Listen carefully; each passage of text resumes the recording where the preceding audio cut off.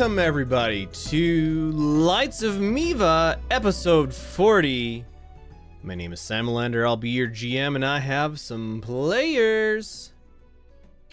My name is Zuru, playing Lumi, the Circle of Stars Druid. My name is Bellert, playing Elros, the Battlemaster Fighter. Hi, I'm Suda, playing Risha, the roguiest rogue, and totally not insane. Hello, I am Sadie, playing Zari, the giant barbarian. I am Inter, and I'm playing the fast monster. Whose mute button is still not working right.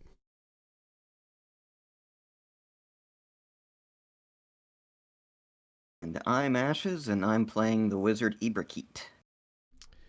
So last time, you guys discovered that there was a bunch of wolves tracking down some peasants who were, or some people fleeing from Haifa.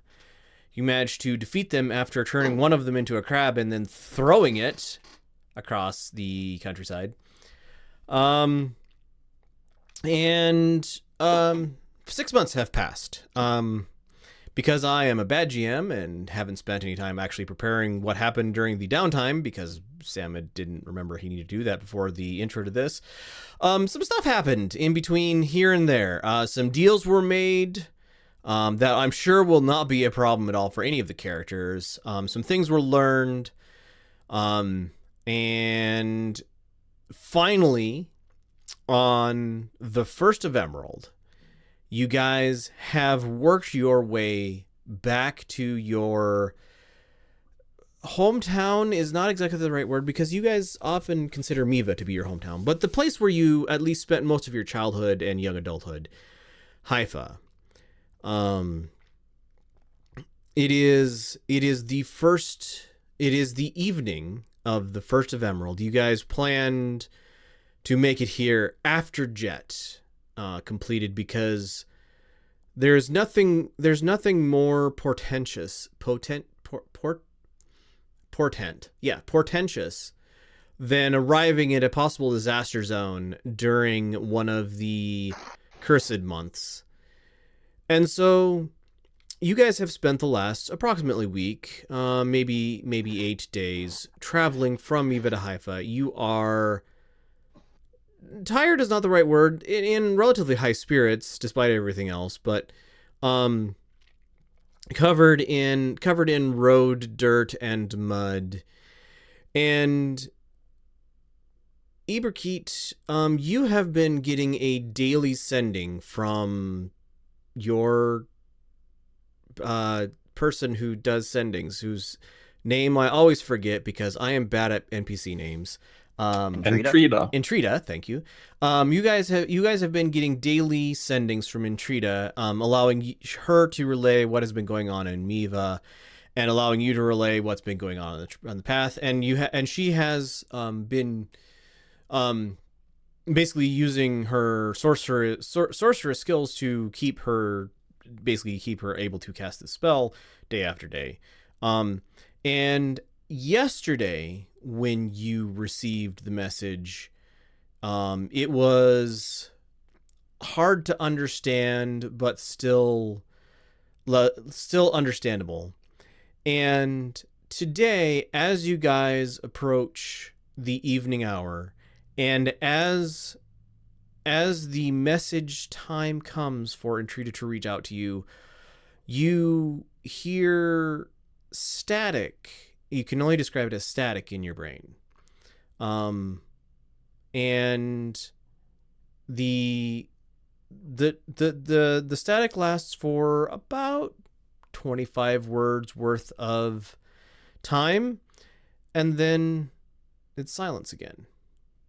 And you recognize the feeling of being able to respond to a sending, because you are a wizard, you know how that works. But you got no words, and only thing you heard was static. Well, I'll try to respond. Connection interference, please repeat. Over. and you do not get a further response from that. As you Kind of guys expected that, but it's still disappointing. yeah.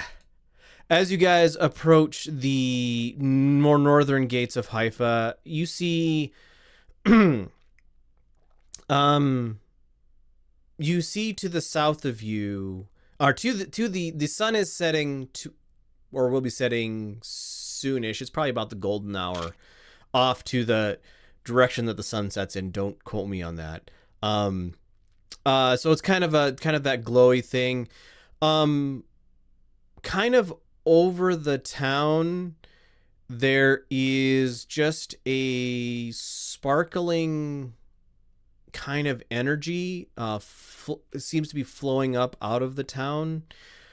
And as you get within a couple hundred yards of the northern gate, you start tasting metal in your mouth, as if you had bit a lip or cut a tooth or something like that. You can kind of taste it. Kind of almost tastes a little like blood, but you're not injured, and you don't feel in pain.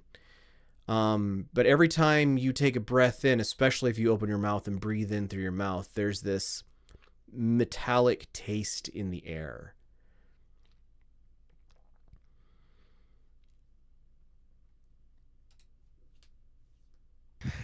Can I do something to see what it is or recognize what it is?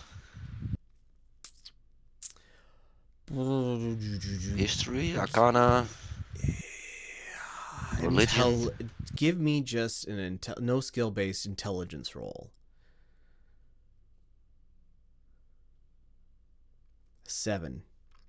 Definitely seems related to breathing in the air here. I stop breathing.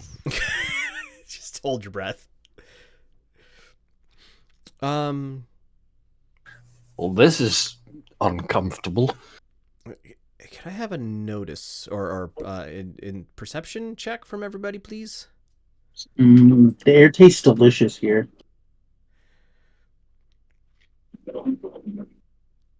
Jeez. All right. 1, 2, 3, 4. 2 more waiting on.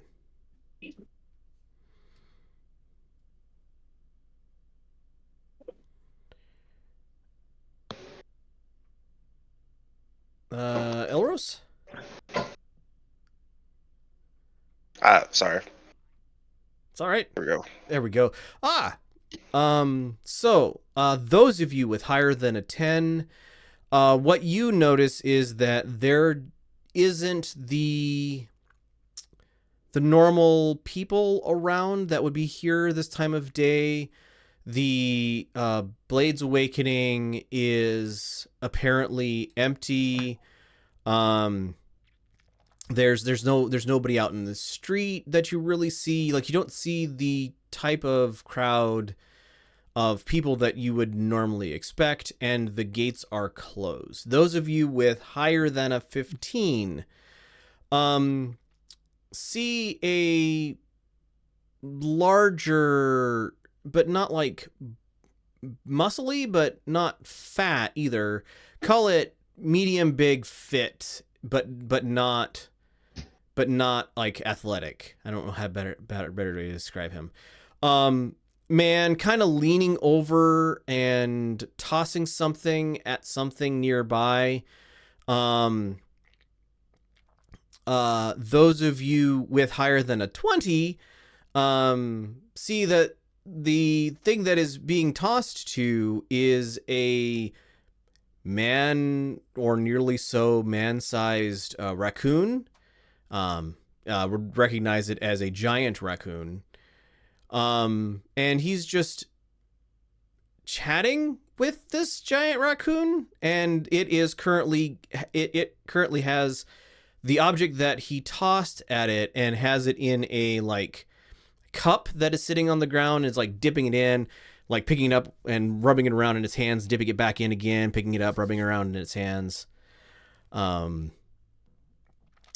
they're just kind of standing just to the north of the gate, probably within 50 or 100 feet of it, maybe 100 yards-ish away from you guys at this point.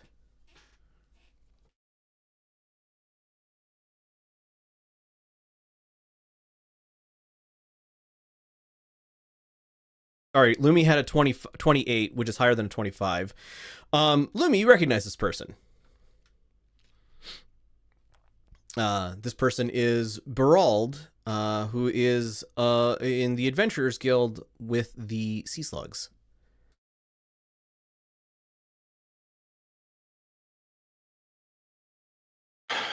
That's sight for sore eyes. Beraald's out here looking for something. I didn't think there'd be anybody left.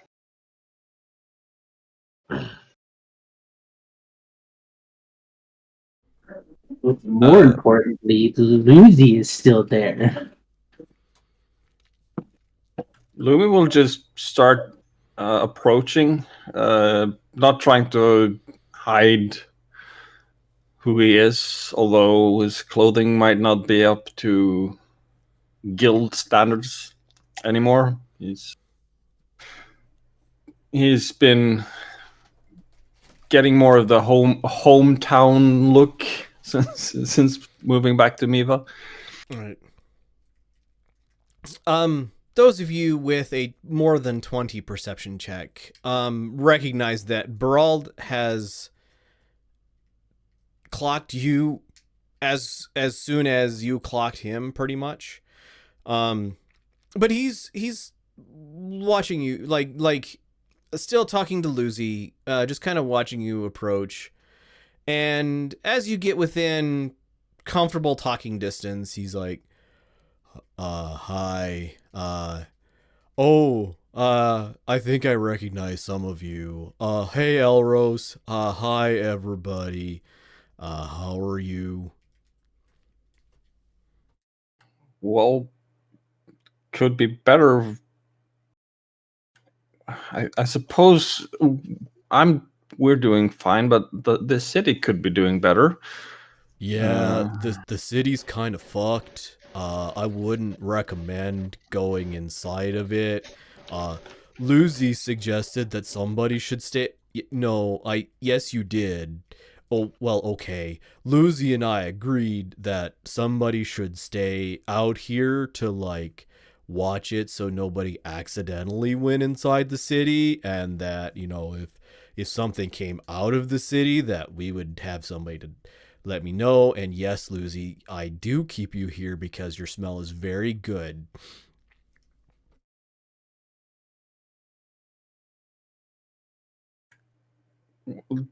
Could you define fucked, please?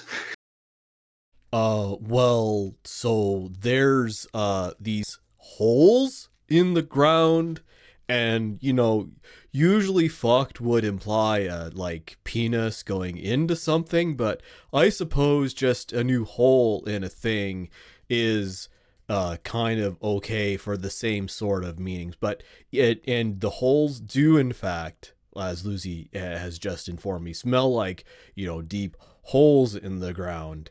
And I don't know if you guys have noticed the roaring sound, and just pauses for a moment, and there is a background roar that you guys have been aware of, but your ears kind of get used to it, and it kind of, as you walked towards this place, kind of crept up.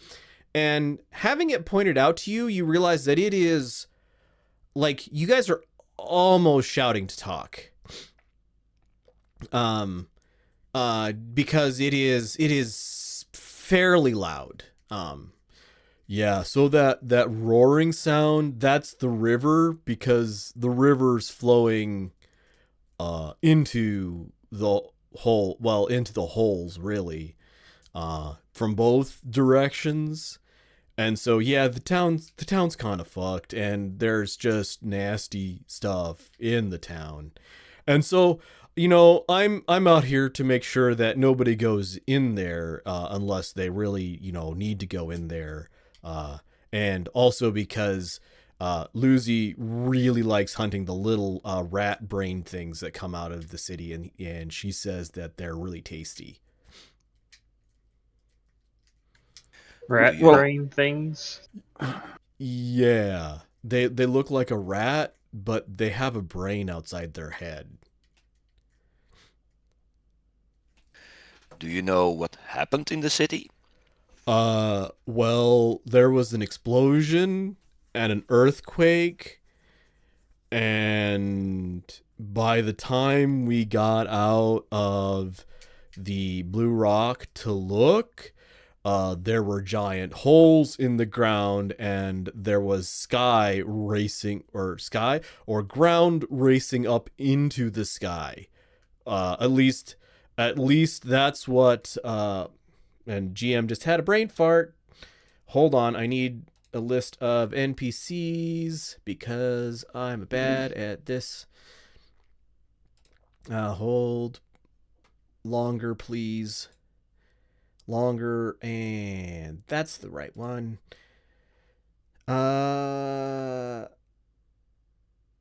That's what Chad said was happening, was that the ground was becoming less ground and more sky.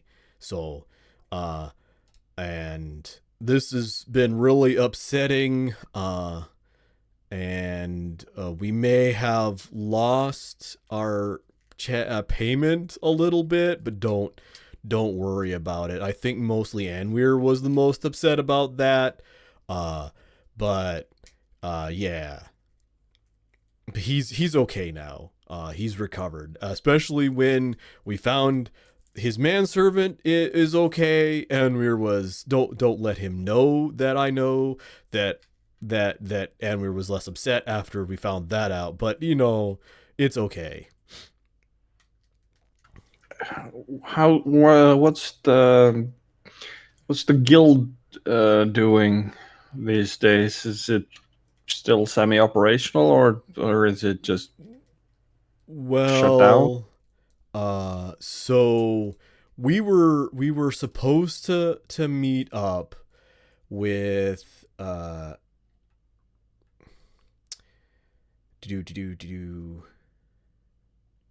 nope, that's the wrong group. That one. Ha! We were supposed to meet up with Gamil about our payment for the last job we did for the guild, and he never showed up. And so there was that, and then there was chaos, and yeah, we're kind of protecting the town now out of the goodness of our hearts and the ability to steal stuff from the place, but don't tell anybody that I know that's what they're doing to the place.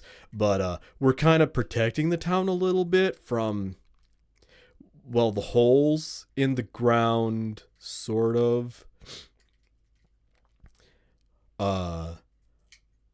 Yeah. So I don't think the guild's doing very much right now because Gamil's missing. Or if he's not missing, I don't know where to find him. What's up with this weird taste in the air? Yeah, you kind of get used to it after a couple days, and if it's too bad, then you just got to go a little further away from town, and it's okay. Oh, and be careful when you. Let me try this again. So Zika said, and he puts his hands up to air quotes, but he's not air quoting, he's directly quoting. Be careful when you cast a spell because it might do something weird. She said that when she cast a spell. I don't. Do you guys know Zika? She's our bard. So anyway, she cast a spell to heal us after we tried doing some investigation in the holes, and it still healed us, but the chickens were really upset about being summoned.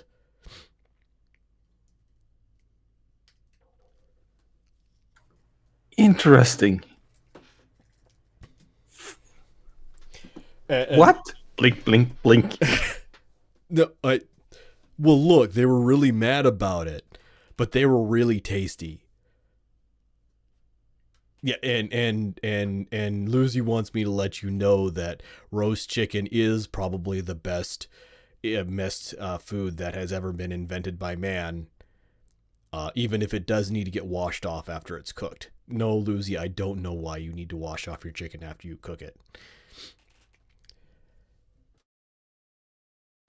What about? I think I'm going. Might regret asking. What's the news on Georgie or the guards in the town? Oh, well, nobody knows what happened to Georgie, even the people who were fleeing towards Ava. Well, at least what I asked them. And then a lot of the guards are still in town. But they're not. I would avoid them if I were you, because there's a reason why I'm standing outside of town to protect people from going into town. Are you guys here on guild business? Because I really hope you are, because if you're here on guild business, it means that there's still guild business and that we can get paid for doing this, because it's been a lot, and I think that and we're gonna get real mad unless we're gonna get paid for this. How many people are still left in the city? Every little while, the sea slugs will go back into town, and we'll collect 10 or 15 people, who, are still there, but I don't know how many are left in the city. But there are some who are still there. There are some of them who just, are dumb, I guess, and decided that it's okay to stay in town. And there are some of them who couldn't get out because it's a lot. Are the guards camping inside town or outside town? I don't think you'd call it camping, but most of them stay inside the town. They don't seem to be able to go much further than where the metal taste is in your mouth. Ah, okay. That explains things. Yeah, if you get really upset about the metal taste, I just walk that way a couple hundred yards and it'll be okay. It's probably better if you eat food outside of town because it tastes weird if you eat food here. Yeah, you haven't been getting any dizziness, headaches, fevers, shortness of breath. He kind of pauses to think. I mean, I got a little sick during Jet, but I think it's because I found something bad to eat, and they told me it was okay to eat, and well, it wasn't okay to eat, and Lucy was like laughing at me for a couple days, and she told me I needed to wash off my food in the river to do it properly. Yeah, because I'm kind of worried about iron poisoning. So just drink lots of water. Yeah, that's what I did. Is I had lots of water to drink. Look, good thing it's been a wet spring because the river's still flowing. Oh, Into the hole. Well, yeah, into the hole.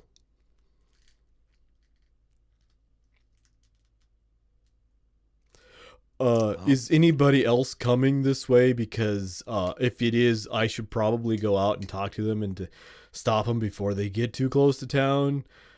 You guys, though, I know you guys. You guys are okay.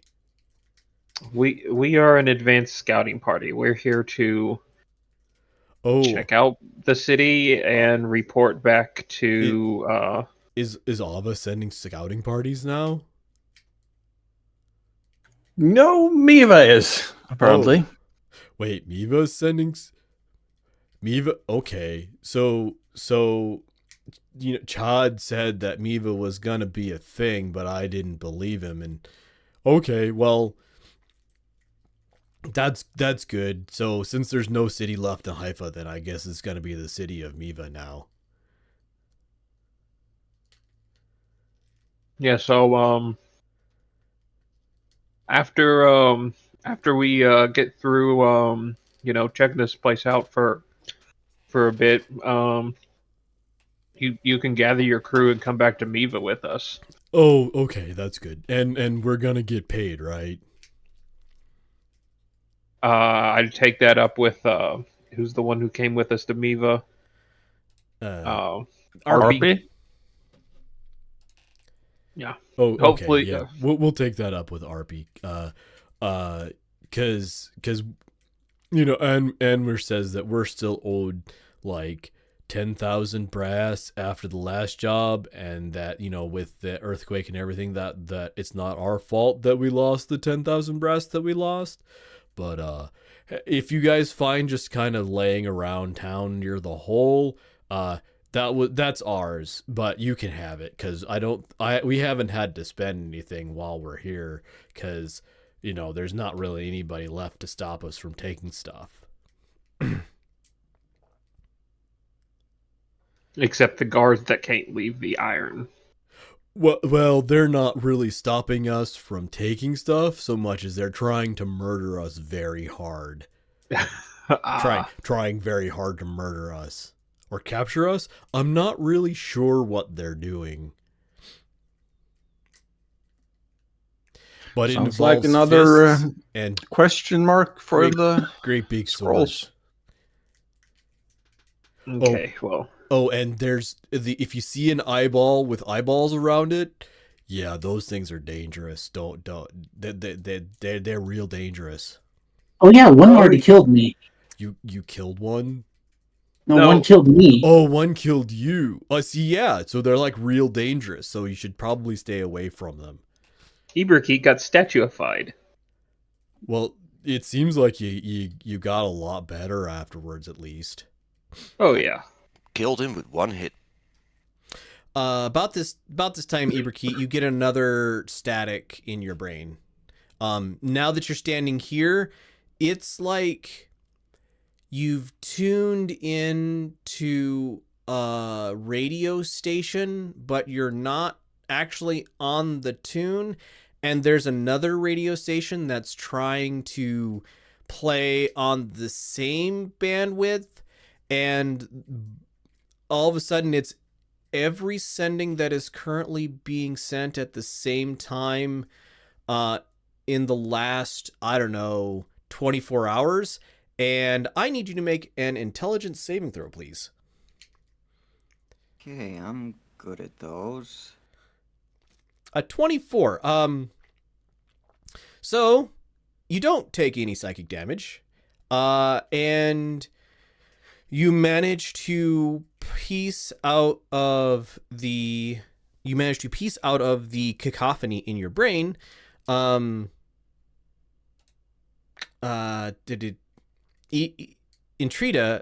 is message saying, I think my last sending failed. I can try once more today. Please let me know what I need to do. And if you make an Arcana check, you can send something back.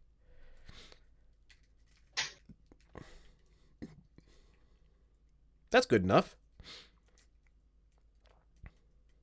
Should tell her arrived at Miiva. Magical interference will report back in 2 days. Outside city. Yeah. Okay, that. Fair enough. All right. Oh, and you got... That was a really good intelligence save. I'll work out some other messages that you overheard. Remind me in afterwards, because I won't. I don't have brain to think about that right now. Okay. I completely lost track of what Beraald was saying, but he kind of wanders into small talk territory at this point. I guess we head in, see what we find. Oh, okay. So there's a trick to opening the door now. What you have to do is knock on it, and then it opens itself, and that's the trick. I'll try to remember. Okay. It's not hard to remember. It's not like it's a lot, but like you don't have to open it up like you normally would, because normally the guards would have to like pull on the chain to open up the gate to make it open, but now you just have to knock on it. I'm walking away already. Zari would like, as we are going into the gate, Zari would like to take a detour up the steps to the top of the ramparts. Okay. And as you guys head in, Beraald says, kind of absently, but says, "Oh yeah, Lucy, I think it is time for Vlamin to come soon. We should probably go and talk to him about seeing the lights of Miiva. Yeah, I'm sure he's gonna want to know about that." You get a hug around your waist from Lucy as she like puts the food that you handed to her. She has been washing it dutifully as she puts it into her mouth, and Beraald and Lucy head off towards the north, kind of towards the where the farm fields are near here. All right, so you climb the ramparts. There is anybody who gets up high. There's no city lights. Okay, I don't know why I didn't have you guys on the right map, but I had you on the wrong map for this entire time. But there's no like city lights like you would normally think of. Like there's no lamp lights. But as you get up, there are definitely like glows that fade in and out throughout the city. And as you... Okay, but how do I move people? There we go. As you get a good view from overhead, you see the faint glow streaming up out of several very, very large holes in the ground. And let's zoom out a bit. You can definitely see the two, the glow here, or the hole here, and the hole here. The ones in the distance are more, you can see the light kind of flowing up out of them. And there is a torrential waterfall here and here that is not deafening where you guys currently are, but very loud.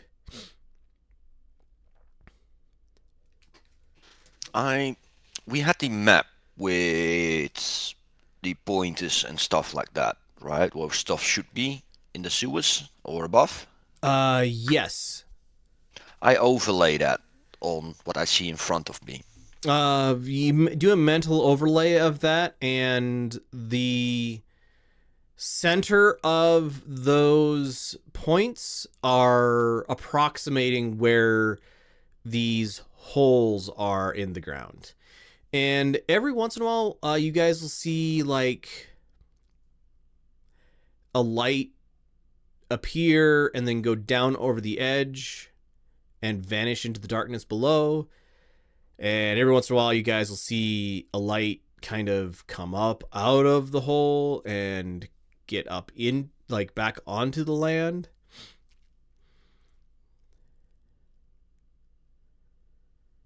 Was Muma in Miiva already? You guys have not seen her or talked to her. Well, I think that's our first priority. What do you guys think?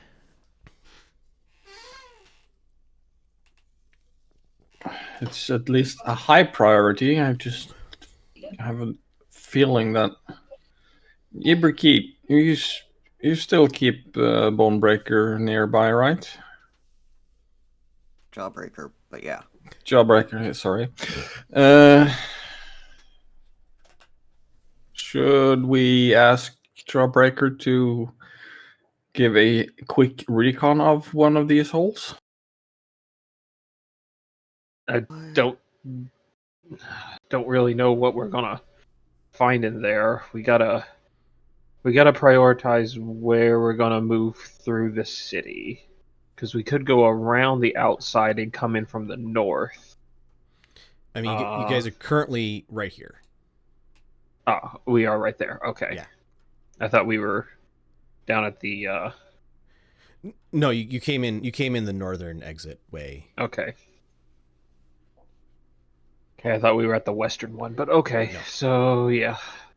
So yeah. Go check MoMA's place, check the Blue Rock, and maybe I think I can see in the distance that maybe part of the keep is still standing. I don't know.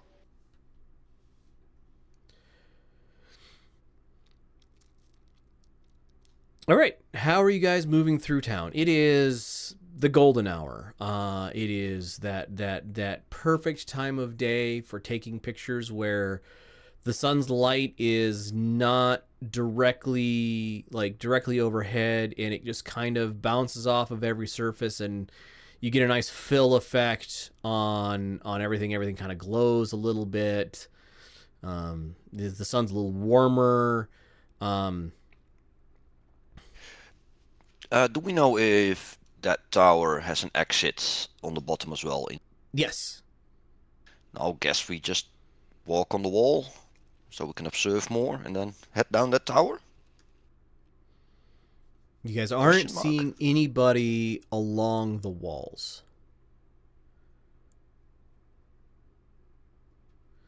Maybe the first time you guys have been up here. Not actually sure.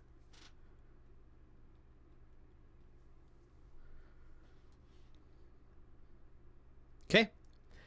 So you guys move along the top of the wall. The metal taste is a little stronger than it was outside of the city.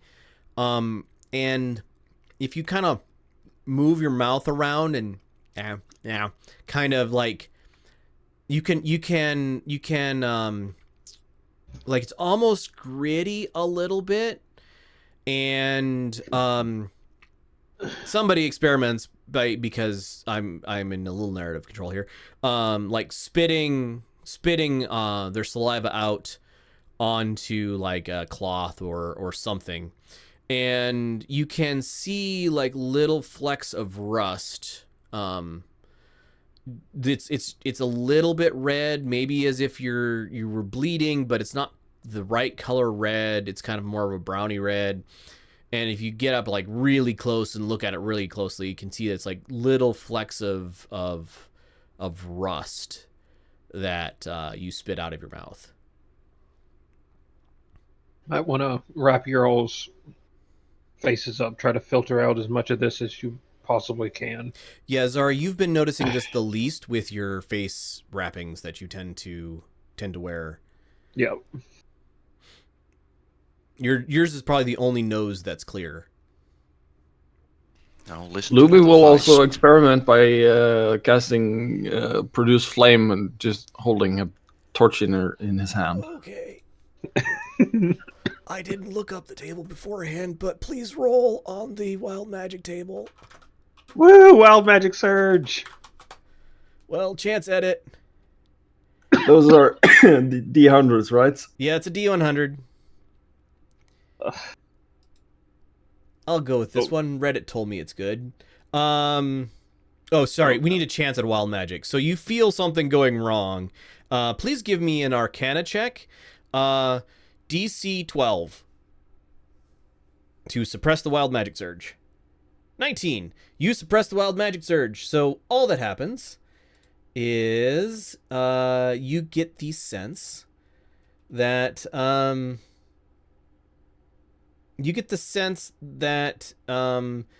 it was something illusory was going to happen. but you managed to cancel the illusion, and you are now holding a produced flame. That was interesting. We might try wanting to try to keep magic to a minimum in the city, like Chad said. Beraald said. Something else was about to happen. I think I got it under control.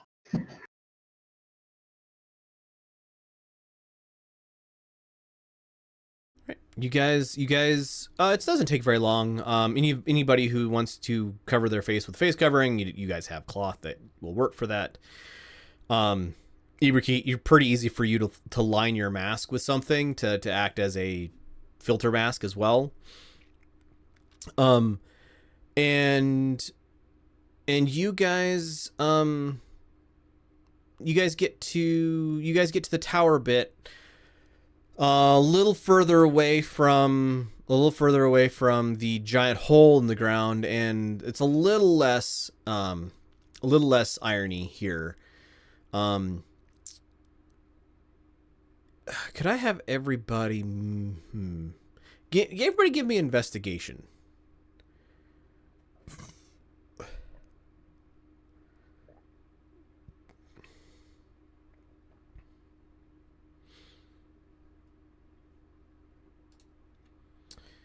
$12, $8, $16, $18.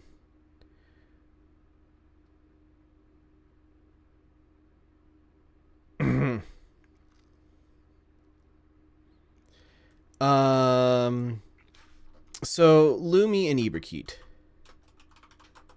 Nope. There we go.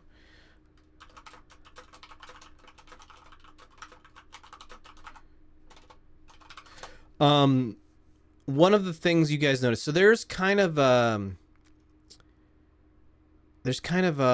little bit of dust. Like there's you can perceive that there's like iron filings everywhere, right? And just kind of a general like mist in town, but there's kind of a dust on some of the tables in here in this tower, on the underside of the table, and you scrape along it with your finger, and it is red rust, which is a little bit frustrating, because rusty iron isn't nearly as good at like powering magic. It's kind of expent itself, as it were. So it's not really like useful to try to collect this unless you guys had a smelter, but it's on the underside of the table.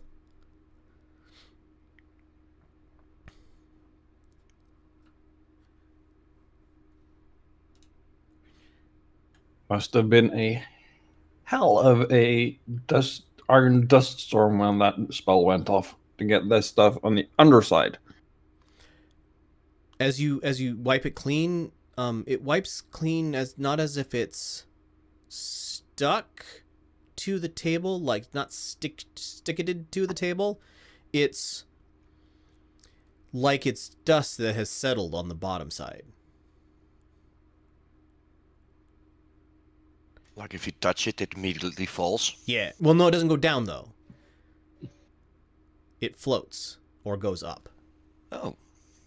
I have an iron coin. I want to hold it up to the underside of the table and see if it stays.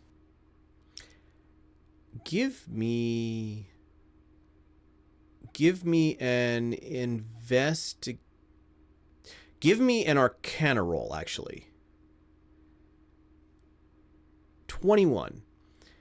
So as you release the coin, there is a moment where you are sure that it's going to stay there, and then the weight of gravity kind of takes over and the coin falls back into your hand.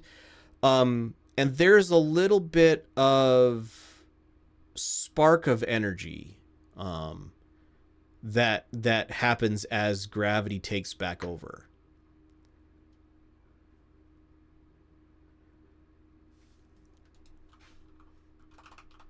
Okay, so I want to look around for like if there's anything else with the rust on the underside. As Like as shells you or like whatever. make a specific look for it, pretty much anything that has an underside exposed to the air is similarly dusted with rust. So if it's like a bowl, say, sitting on a table, the ring and everything that is between the bowl and the table is not rusty. And if you like flip it over and look and maybe run a finger along the rim, the bottom side of the rest of the rim is where it wasn't touching the table. Okay, so everything in this room and possibly the city is lightly magnetized.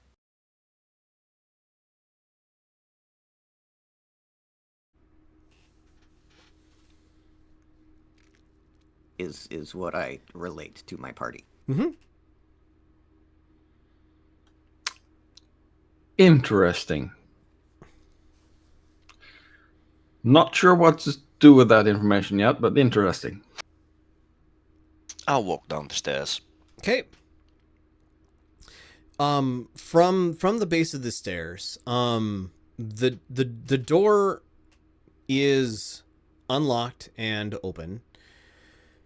You guys head out into the street, and Moma's house is like right there. Like I believe Moma's house is number 7 on the map. Like this, Yep. you guys know this neighborhood really well. Her house is dark. Doors closed, shutters are closed.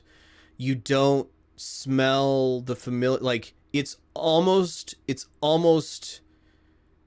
sacrilegious is not the right term, but kind of gets the feeling across that you guys don't smell the smell of baking bread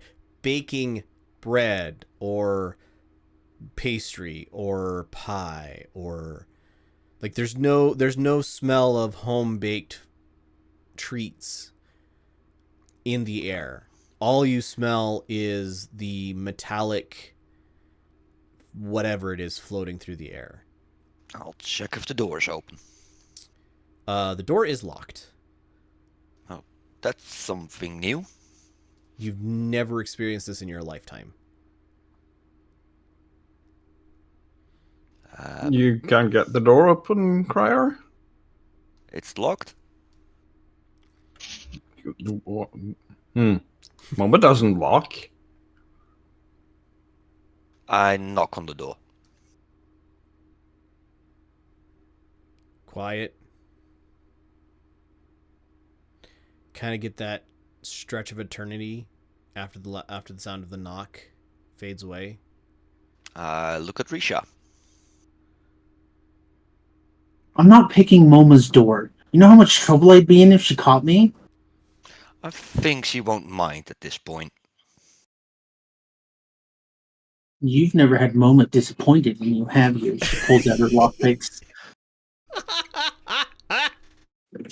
I mean, I could try to find where she is using magic, but I'm assuming as a player that the higher level the spell, the more dangerous it is to cast.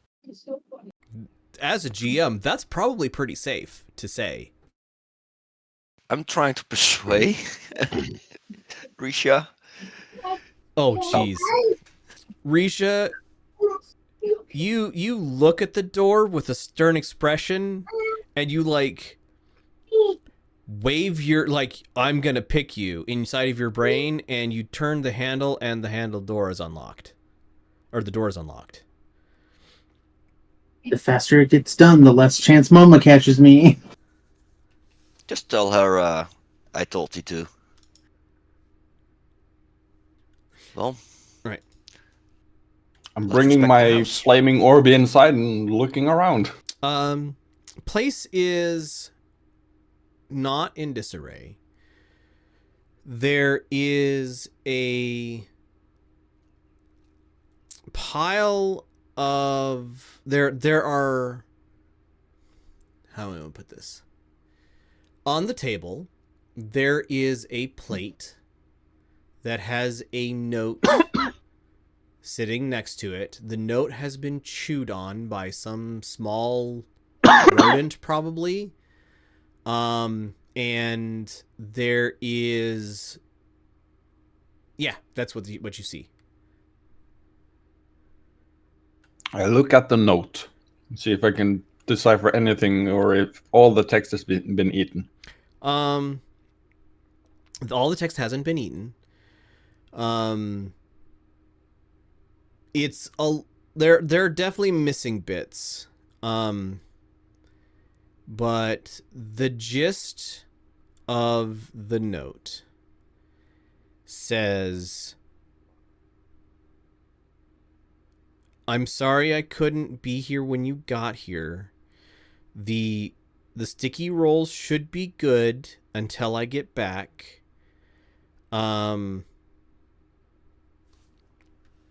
Shoot. I need a name and I don't have one.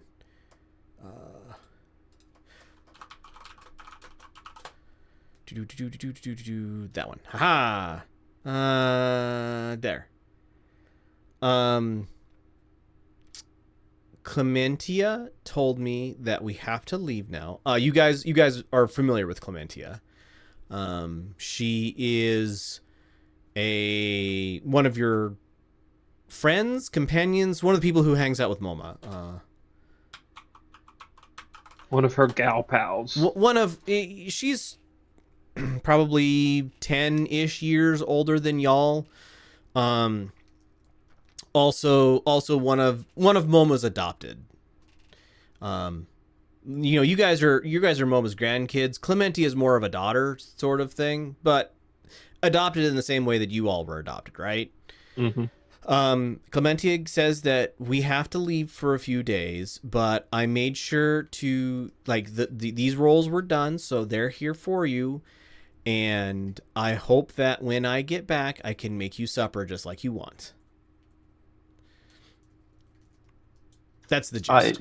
I relay all of this to the people and look at the sticky ones, which are probably all eaten by rodents. There's no food there at all. Like there's not even like crumbs. Yeah, it's probably more than a couple of days. Yeah, considering we've been gone, it's been about 6 months since this happened. Been longer than that. Been 6 months and a week or two. But yes.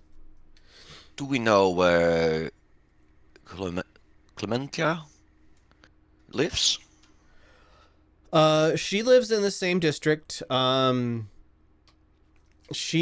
house is over in this block here.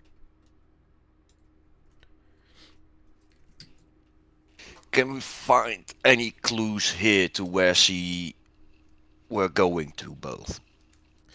Do you think they went to? Well, we haven't met them in Miiva, so do you think they went to Ava? I'm guessing Ava or Iji, if they left town. Yeah, the outlying towns around Haifa. That's concerning. Okay. Wouldn't they pass Miiva? No. Oh, Haifa? No, other direction. Oh, okay. Miiva is westwards. Ava and Iji are both eastwards.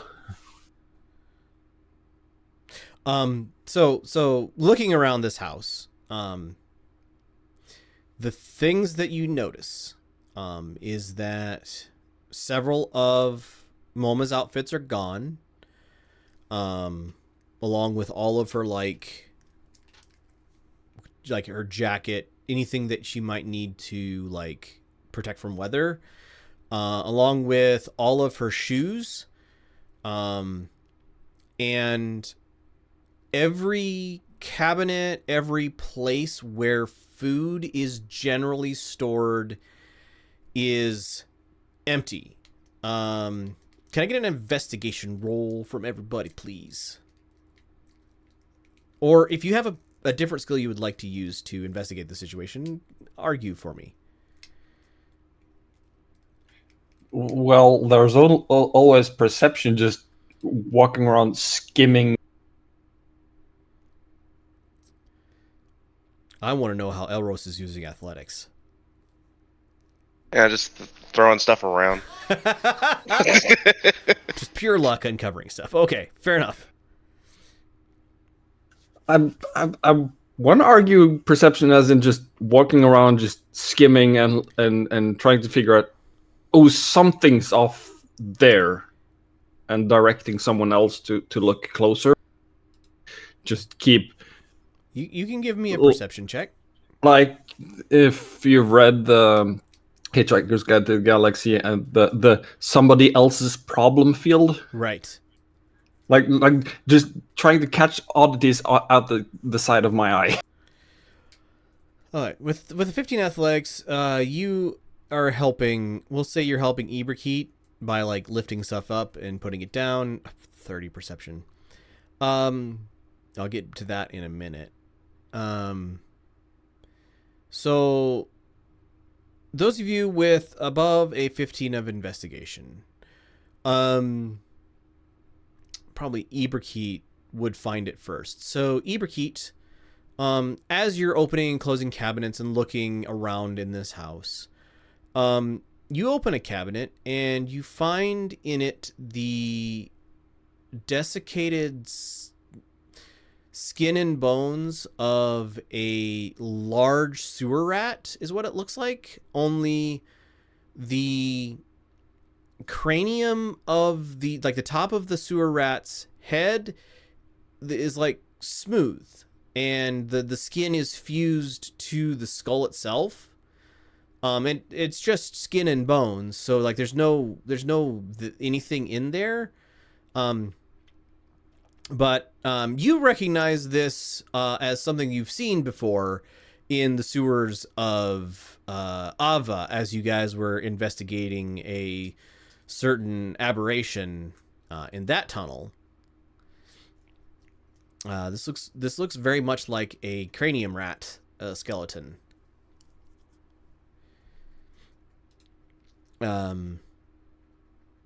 With the 19 Zara, you are certain that there is no edible food left in this place, and you find several like rat holes that you are certain didn't used to exist, that have been chewed into floorboards or into like the wall low to the ground, that sort of thing. Like even the oven, which always had a light patina of like food remnants, because Moma didn't clean her stove as often as she should have. So even the bottom of that, which usually has, like burnt on crusty bits from previous things, like looks like it's been licked clean. If you clean it, you cannot use it right. With a 30 perception, Lumi, you hear the jangle of armor walking up the street. Like normal pace. Clink, clink, clink, clink, clink. Oh boy. I hurry to the central-ish area and just shh, guards, and proceed to go shush myself. Okay. What you guys doing? 33 stealth. Risha just vanishes. Not only does she like perceptually vanish because she's very good at stealth, she just literal vanishes. Rishi, you are currently invisible. Indubitably. Could I get a... This is the second time this has happened to you, Risha. Could I get a wisdom roll from you, please? That's definitely a wisdom roll. All right. Everybody else gonna hide? Gonna like try to watch what's going on? Yes, I will stealth. All right. You literally maxed that stealth roll, Risha. You got a critical 20 and a critical 4. All right. You guys hear probably hard to make out, but a person with a normal stride, I'd guess you'd say, walk up the street and then turn probably left at the end of the street and then just walk away. Considering the roar of the background, you're kind of amazed that you managed to notice it in the first place. But is that accurate? Yep, that's accurate. And then it goes quiet again.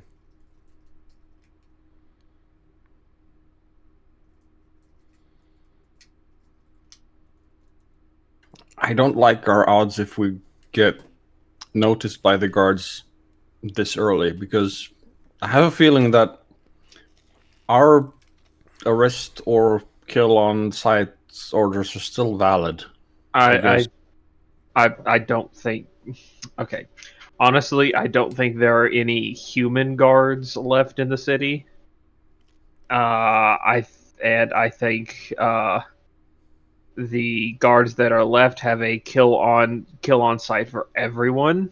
So, yeah.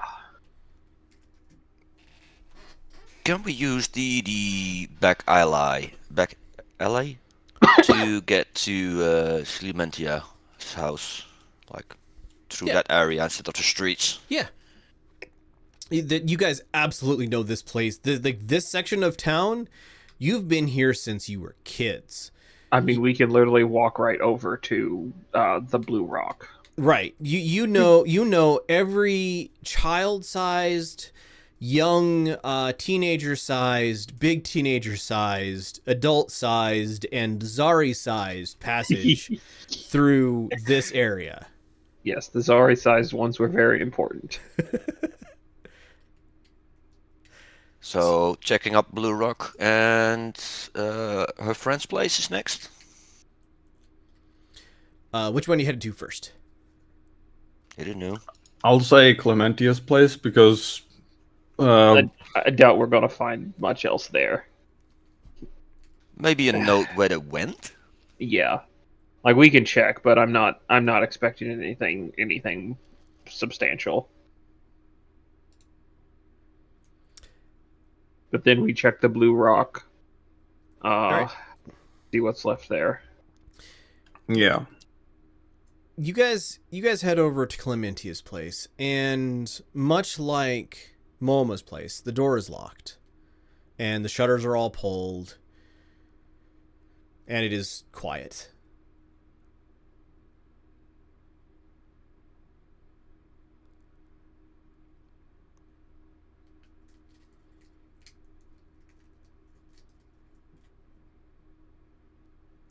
See if there's a key under the doormat. Give me a d20 roll for luck.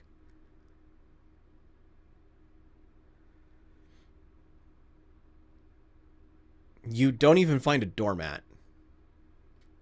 God, got it. Those thieves take the doormats as well. I'm just staring at Risha at this point. You can't see her. She is invisible.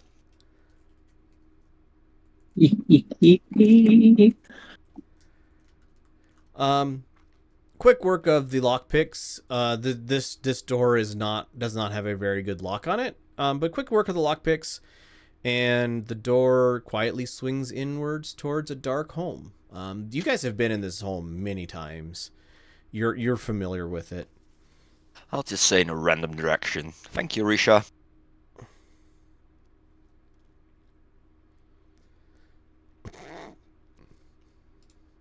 Oh, well, let's I go know- in. quietly. I know she's invisible, but opposed perception versus stealth roll to see if I can pat her on the shoulder without missing. That would be At this, at disadvantage. Yes. And Risha with advantage if she wants to actively hide from it. Nope. Okay, you pat. You find a shoulder to pat. Risha hisses at you. Like a cat that you surprised. thank you. All right, so you guys head in. You don't find like relatively short investigation. Clementia obviously left this place, like, was not in a horrible rush.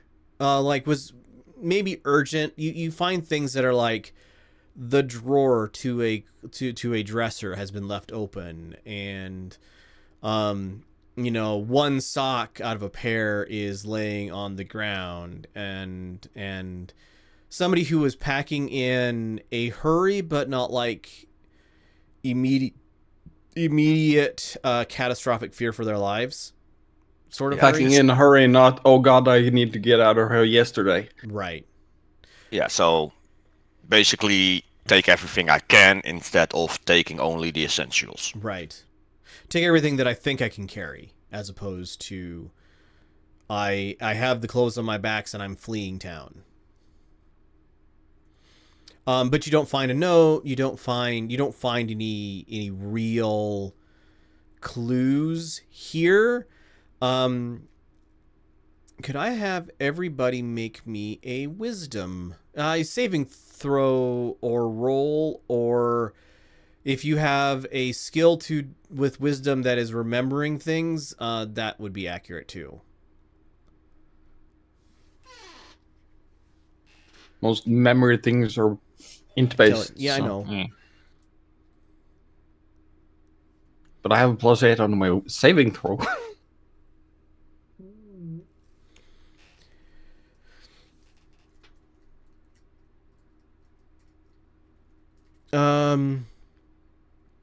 So Eberkeet, Cryor, Elros, you all surface a vague memory of Clementia standing in her house, smelling the smells of this place. Of a conversation that was had while you guys were kids, playing as kids, and she was, maybe almost an adult, or an adult.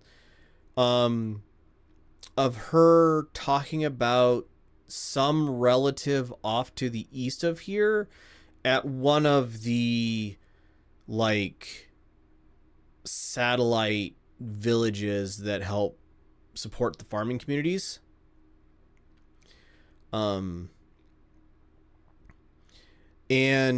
with your wisdom roll, you think it's possible that would at least be a first, like, if she were fleeing town and she were in her, if she had as much composure as it appears that she had, that is probably the direction she would have started in. Whether you don't know whether or not that would be the ultimate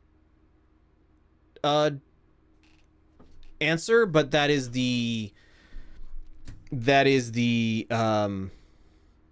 First thing that comes to mind. the thing that you like surface from the depths of your brain and remembering who she was. Well, let's hope she went to the farmer's place then.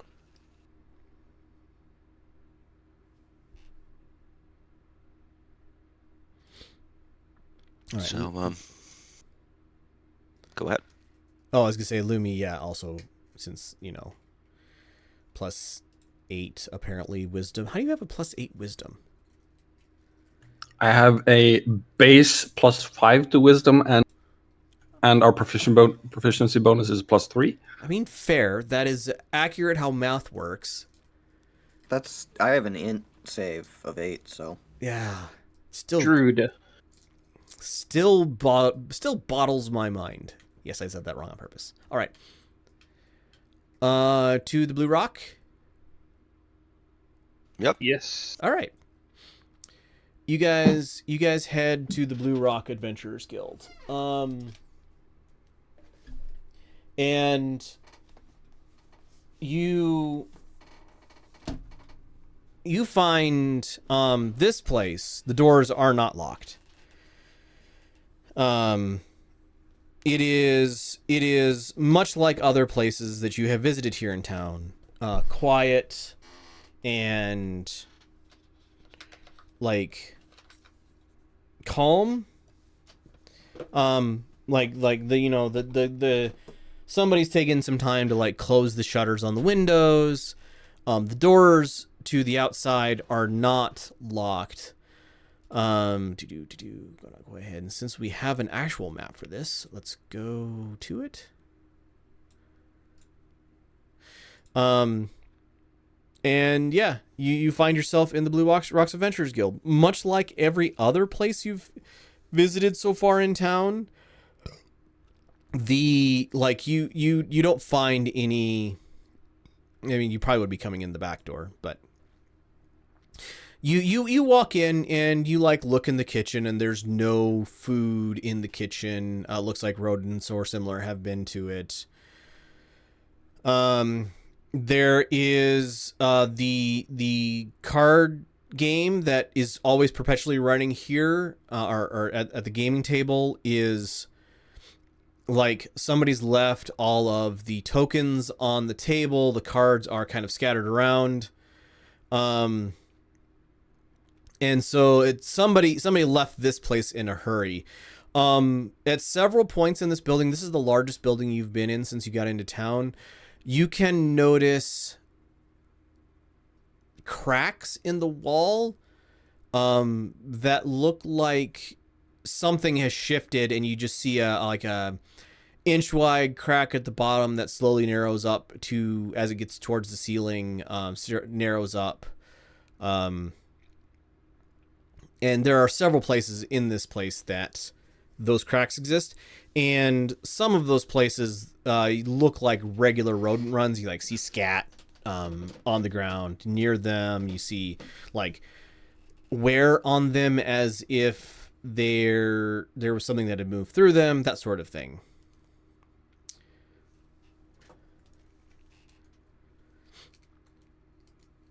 I'm checking it out in order: the reception area and then the offices for notes or dissertations or debriefs or whatever that have been left out, detailing what the guild is trying to do in these times. You don't find anything that appears to have been dated after this all went down, right? You find a lot of like locked cabinets and locked vaults and sort of stuff, but you don't find like just paper sitting around or anything on a notebook that's available that would indicate something has been happening since this all went down. A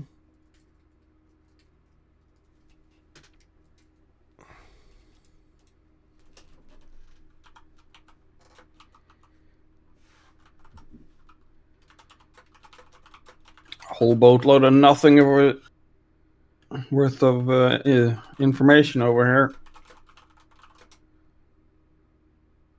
I yell from RPN Cahor's office, I think.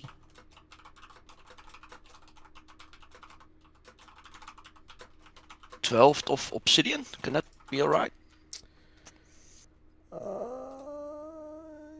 Sessions. Yes. No, is evening of the 10th of obsidian, I believe. Maybe.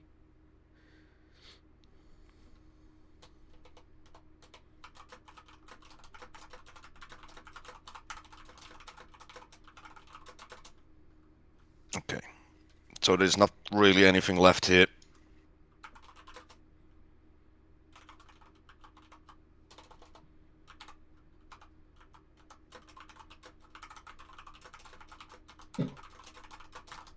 Don't forget to check the safe.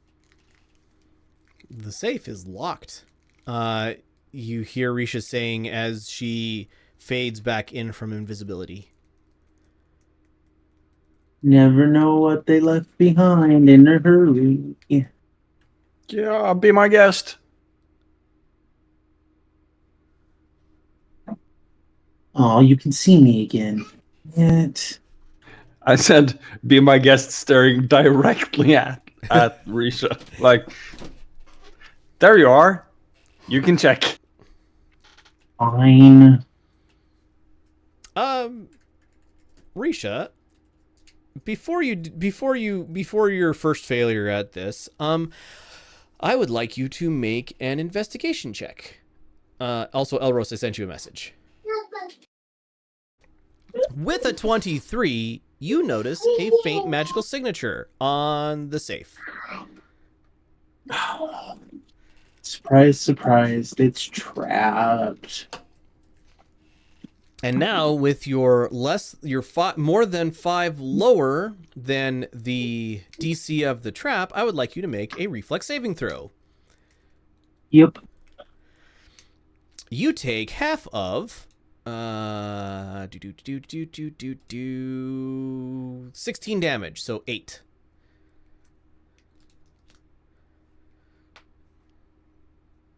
Is it a zap? Is it a fireball? Yeah, lightning bolt goes out from the safe towards the opposite wall, and leaves a noticeable scorch mark in the carpeting in here, or the flooring in here, and a like chrysanthemum of like electricity arcing, or like the burn on the far side. Did That's you smart. move?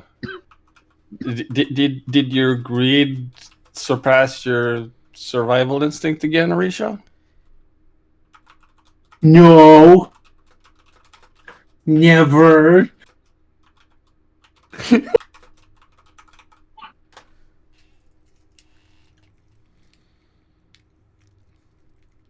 Are you gonna try to undo that trap again? I had no clue what happened with that trap. Fair enough. Hey guys. Found something kind of weird over here.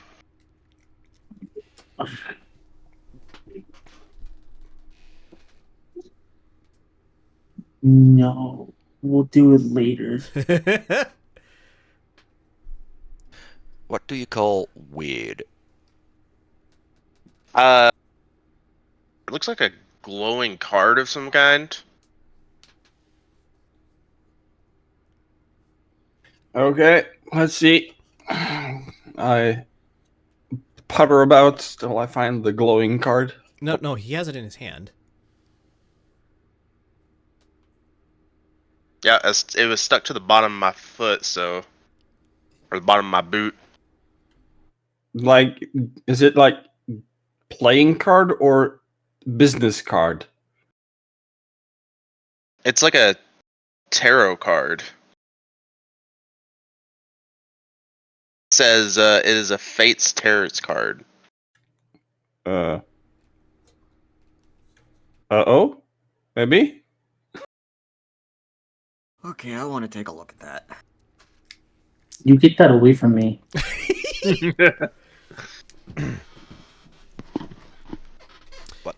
It is a heavy cardstock card with a, like, I'm going to call it gilded, but it's not gold, it's brass, of course. Edge on the outside edge of it. It has some very beautiful art that I can't really show on stream very well on the face of it. That, yeah, wherever there is the metallic gilding on the thing, it's just ever so faintly glowing. And as Elros has like waved around the room, and then you've taken it from him, Eberkeet, the glow has gotten slightly brighter. But then as it is still again, it fades back into just like candlelight, or maybe even a little dimmer than that glow.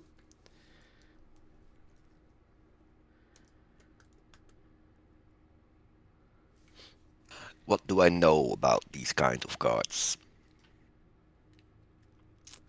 History. Make it a really good history roll. 20 enough?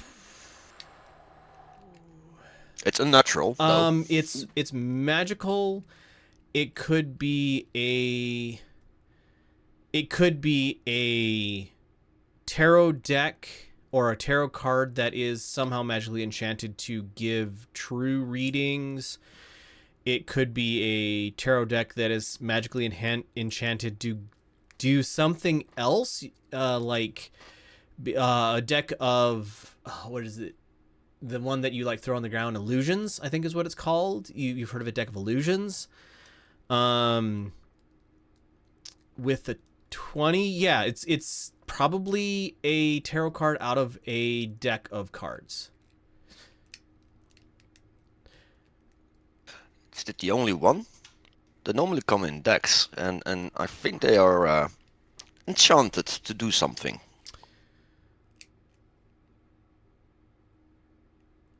Anybody who wants to look for more of them, give me a investigation roll. Eberkeet, can I have a history check? I don't know what's Another one? What's that? Another one? No, this is related to something that happened during downtime activities. I want to know if Eberkeet remembers something. Arrows found the whole deck, did he? With a 1? Yeah, Elros did not find the whole deck. Zari, with a 19, you, after digging around elsewhere in this room and like lifting up something and digging, you find the gesture card.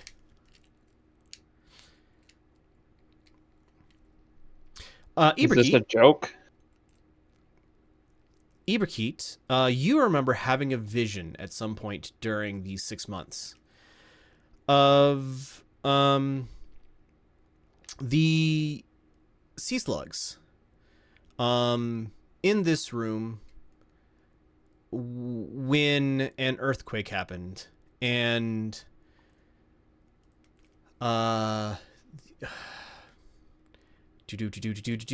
Anwir had a deck of cards that he had just figured out the puzzle box to open it from. Or, yeah, he had just figured out the puzzle box to open it from, and when the earthquake happened, Anwir spilled the deck of cards out into this room. And the deck is important, but you didn't ever get a vision as to why, other than the fact that you haven't been able to, other than your portents, you haven't been able to properly, neither you nor your mistress, whose name I always forget, have not been able to, Entreda have not been able to properly like read the fates.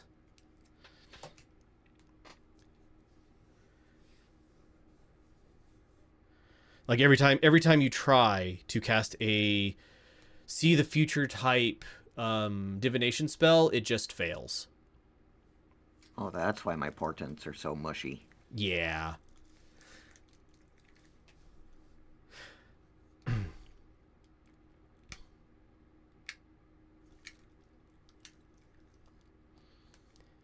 So we have 2 of those cards.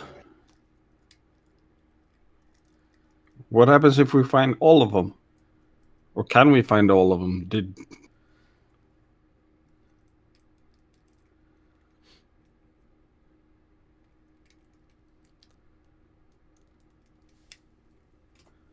Told you to keep it away from me. Nothing good ever comes out of magic cards. People always use them to cheat. As we flash back to a scene of Risha using a deck of magic cards to cheat, but somebody notices and it going to daggers, where she's fleeing down the street, having taken everything off of the table, giggling to herself, but having left her deck of magic cards behind. Indeed.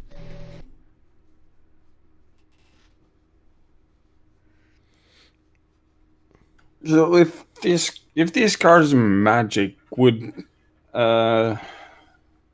hesitate to ask, would detect magic help finding them? And I only hesitate because and he goes like, this tastes dangerous. Let's get dangerous. Well, nothing happened the first time, so why should something happen now? Because I don't know how, but I was able to stop the thing from happening. Something illusory was about to happen, but I can't put my finger on how I did it. It was maybe instinct. I trust you. Oh, right. There was a spell that went off. I need to roll the D100. 83. Because there's nobody in charge of that. So after the lightning bolt went off, on the far wall where the lightning bolt, like slowly over time, like over the next few seconds after the lightning bolt hit it, a silver-tongued mouth opens up the wall and begins speaking Elvish into the room. Yeah, that's what happened. I don't know if any of you guys recognize or understand Elvish. I would probably recognize it, but I don't speak it. It sounds like Elvish.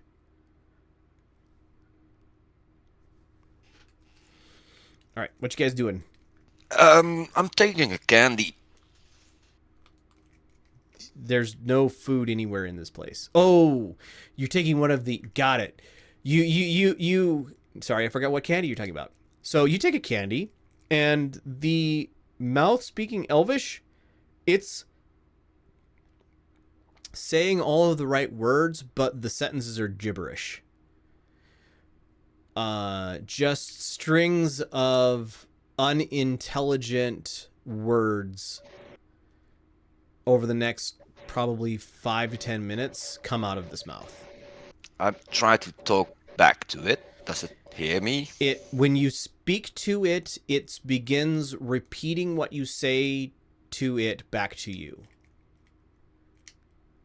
That's a fun toy. And I keep, I don't know, playing with it for the 10 minutes that's there. Like make it sell all weird things. Mm-hmm.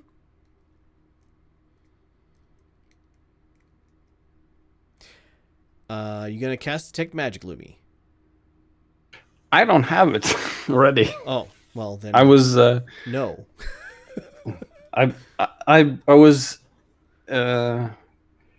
questioning if it was worth trying to cast as a ritual if the wizard has it in his book. Yeah, I have it, and I can do it as a ritual, or I can just cast it once per long rest as from my mark. But We have to. I don't really feel like it's worth risking casting Detect Magic on a magic mouth. No, not the mouth. trying to find more of the cards, trying to piece together the deck. Well, The mouse fades after 10 minutes or something? Yeah, the mouth fades after 10 minutes. Yeah. If the mouth is gone, we can try it. oh, I don't have locate object. Oh, I do have locate object prepared. It's a lower level than I thought. I would trust locate object before detect magic because there's just so much iron filings in the air. Take a Benny there, Ibrahit. An inspiration? Yep. Sorry, already have one. inspiration. If you already have one, you can give it to a friend, but that deserves an inspiration. Who needs one? Sorry, does. I'm out. Sorry. She said first. Give it away to somebody else. I don't know I have one, but I don't care.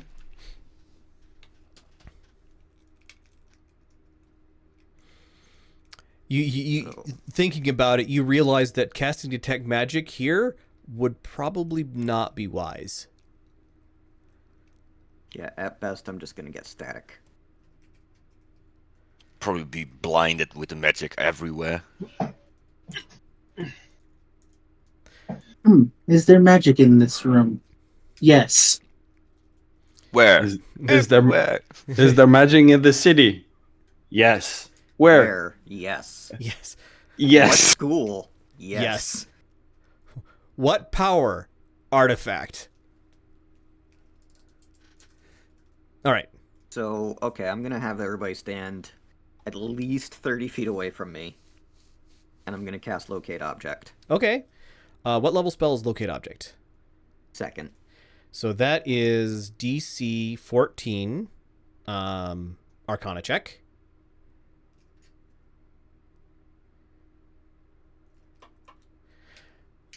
D100, please. Okay. Fireball, do.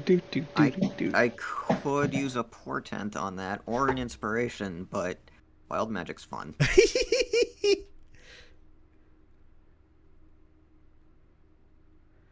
19.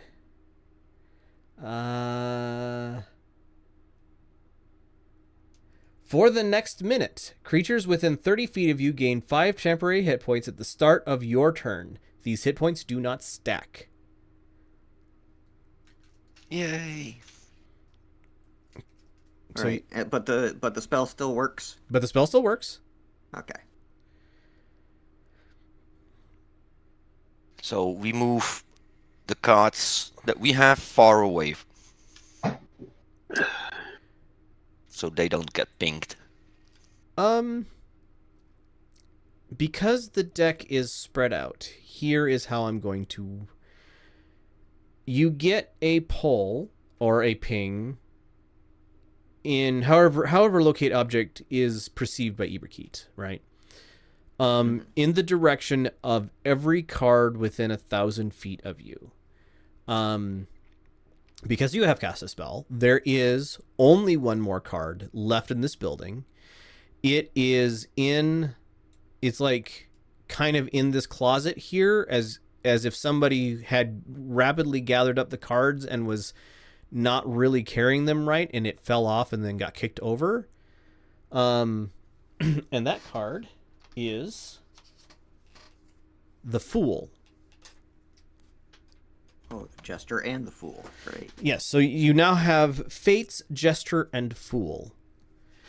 And within 1,000 feet of you, but not through any, like, stone...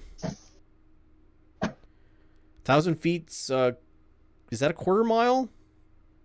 Or a quarter of a quarter mile? It's a little less than a fifth of a mile. A little less than a fifth of a mile. Like 5 of those would almost be a mile.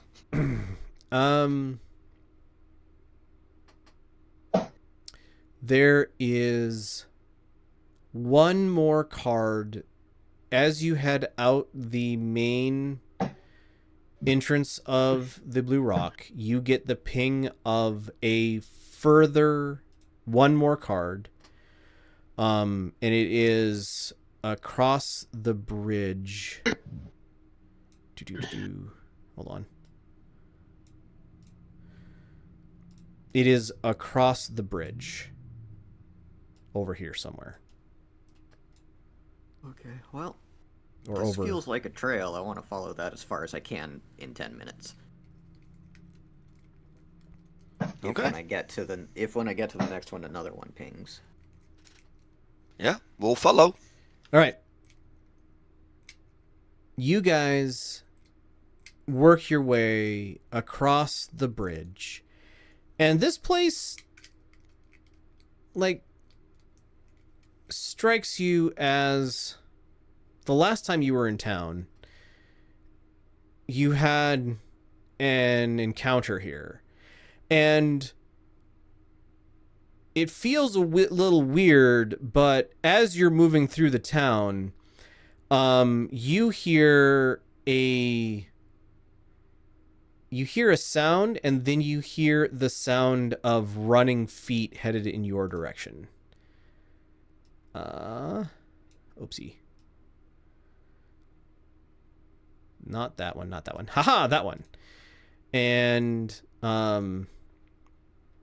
you find yourself standing in an open square. So put yourself in this general area.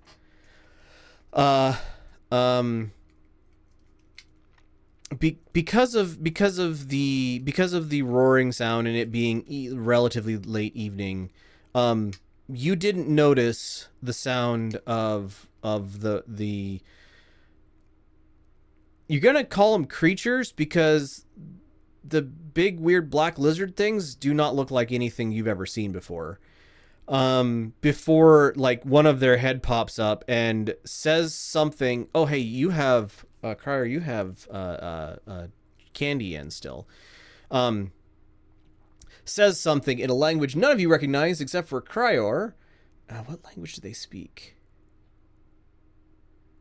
You don't know. You don't recognize the language. It's weird. Lot of sibilants. Saying,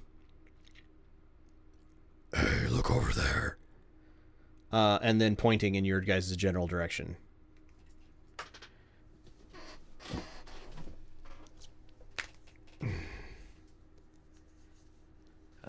They know that we're here. All right. I would like to first pop open this, and then I would like to clear this order. Remove all turns. Is everybody on the map? I believe so. All right. I would like everybody to roll initiative, please, if you would be so kind.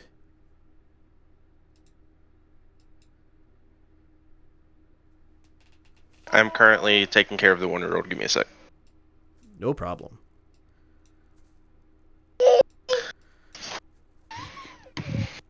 Huh. Can I make this taller? Thank you. Why is it not adding my bonuses? Maybe a slight miscommunication thing between Beyond D&D Beyond and Roll20 through Beyond 20. Not, but you can you can edit update the number. Yeah, you can edit your thing and update the number to what it should be. Or if you can't, you can tell me what it should be, and I can do it. I got it. This is just after the bridge. Yeah. This is when you guys were last in town. You ran across the bridge and got here and then fought because you didn't want to fight on the bridge because it seemed dangerous to fight on the bridge. And Sama didn't have a map of the bridge. Now we're back in the same back alley square fighting again. Yep. There's a song lyric I should reference for this, but I can't remember it at the moment. All right, everybody got their initiative updated to be correct? Yep. All right. Descending. So, it is obvious they're aware of you. You guys do not recognize these creatures. They look unpleasant.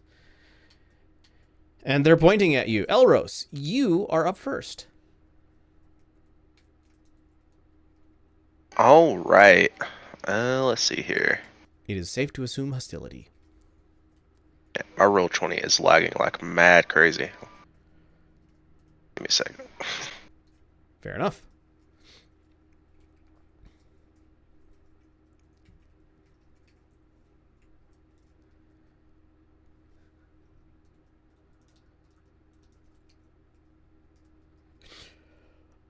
Why is it now black screened? I don't know. Hmm. I'm gonna switch your token out for a different token because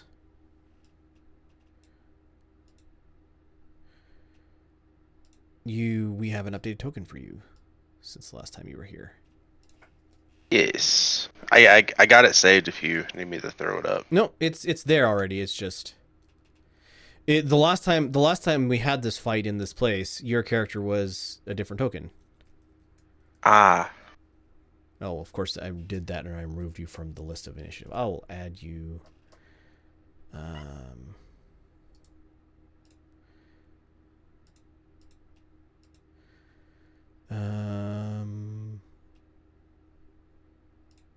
I am gonna use my action to dash to get up to there. Okay. And that'll be my turn. Okay. Sam, just for clarification, these are the new deck of mini cards from the Book of Many Things, correct? Correct. There's like 5 different new decks in that book, of all different kinds of things. Yeah. Yes, correct. These are all cards that I bought with that I got with the new deck of mini book set. And they are very pretty and I want to use them. All right, after Elros, it is the Slod's turn.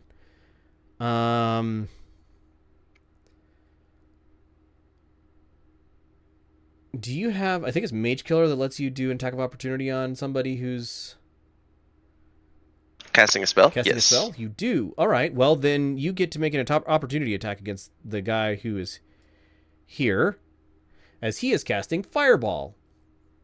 And I need to make. I need everybody, with the exception of Elros, to make a reflex saving throw.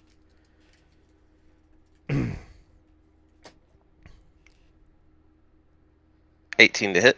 18 will hit.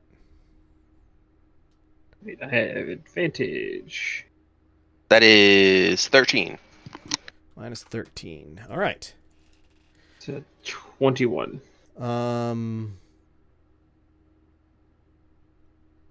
Mine's a 17 because modifiers apparently just died. Yep. All right. Oh, jeez. 6-1. 6-1. Everybody who passed a DC 15 spell save takes half of 27, so that's 13. Everybody who did not pass the DC 15 spell save takes 27 damage. Let's do no damage. Evasion. Well, evasion is evasion.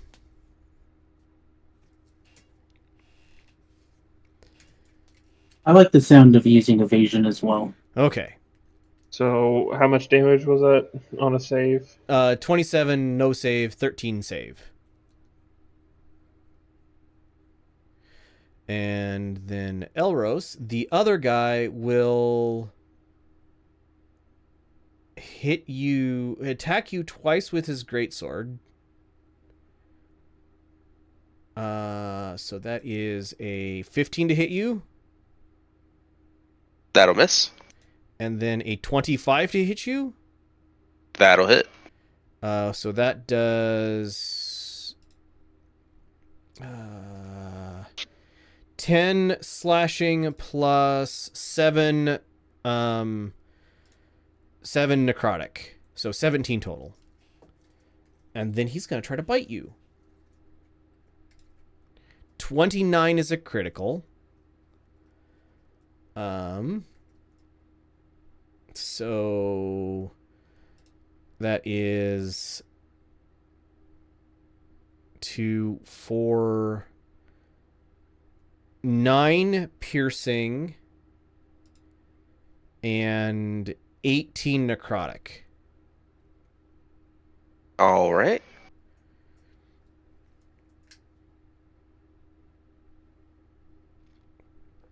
And then... Okay, that is their turn. Lumi, you're up.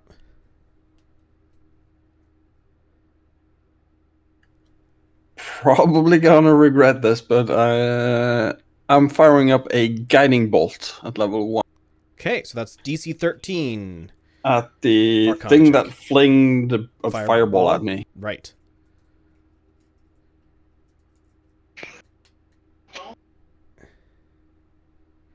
You pass your Arcana check. You do not trigger wild magic. I'm not going to bother to look up the table. Go ahead and roll your attack roll.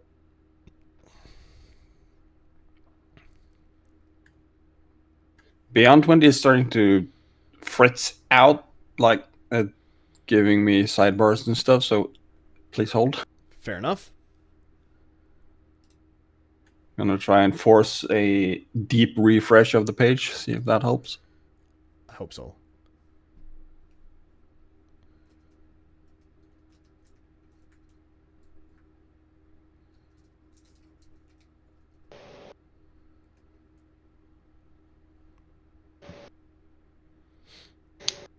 Maybe does refreshing roll 20 as well, see if that helps.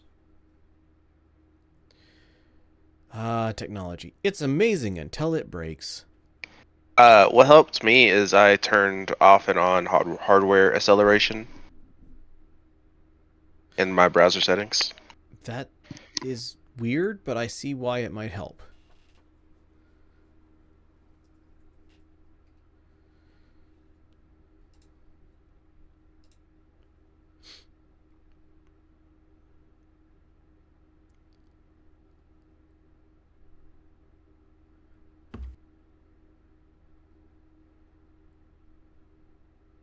If not, I know all the numbers I need, so I can do it manually, but... Yeah.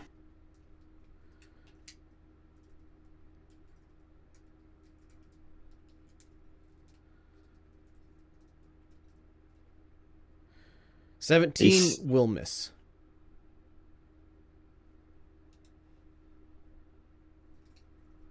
They're hardy people!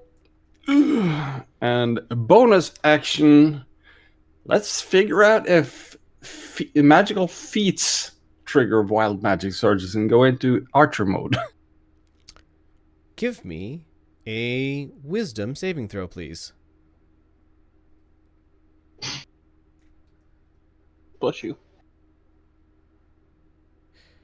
+8 for a 15. You are moved 10 feet in a random direction. So figure out how random that is. As you guys see Lumi like transform into starlight and move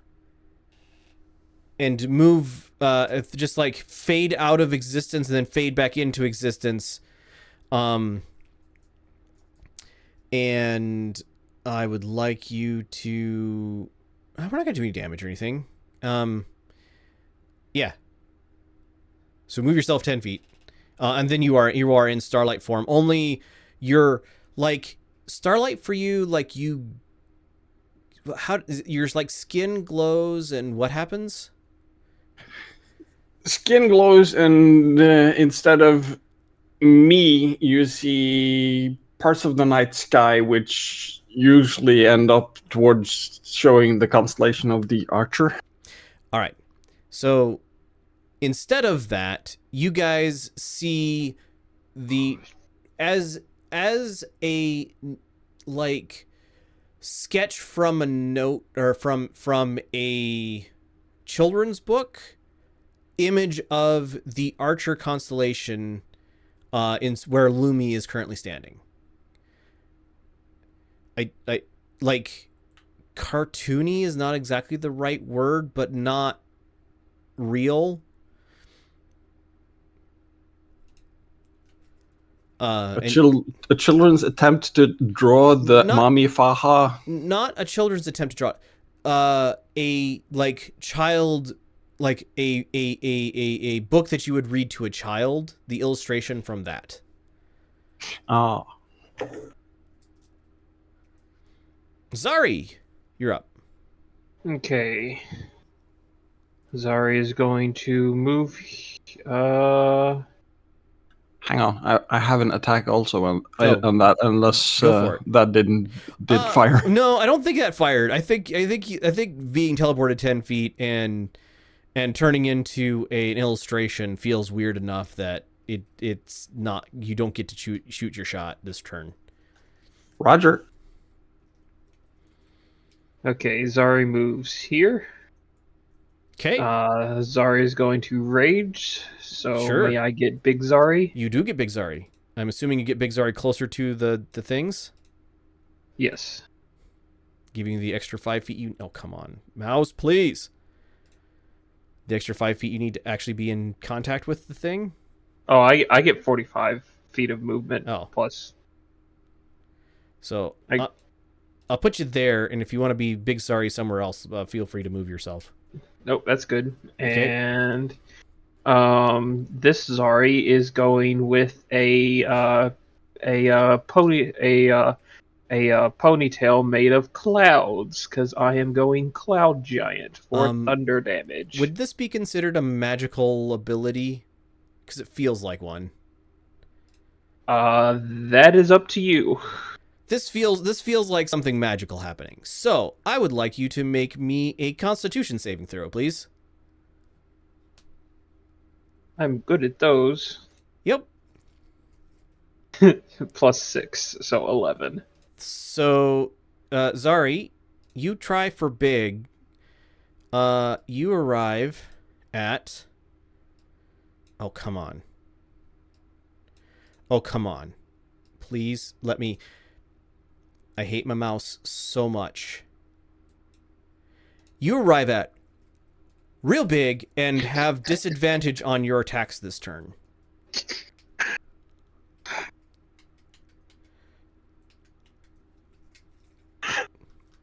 Do I?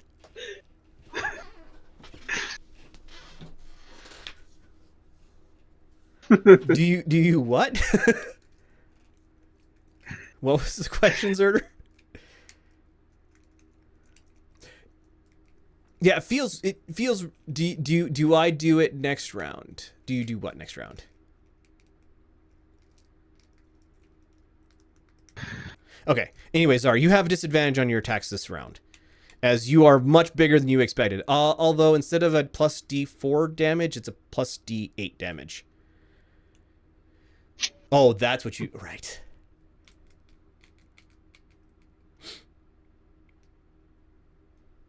Okay, so... Because your 2 size category is bigger. Yep. I think it's plus D8. Anyway.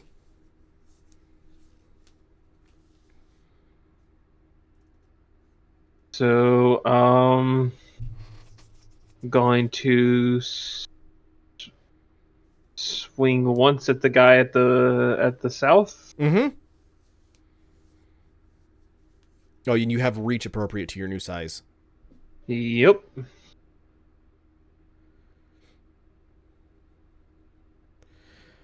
Uh, 13. Even you misses. You do have disadvantage currently. Yes. But it doesn't matter because... Yep. That is an amazing gif. 15 also misses.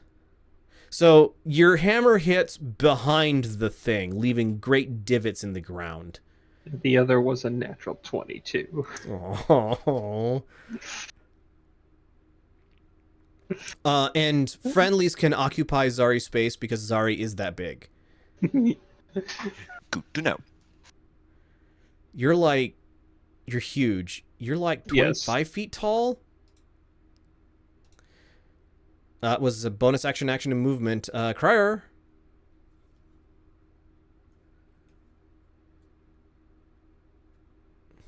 50 of movement to get there. Sure. And I'll take the spellcaster. Okay.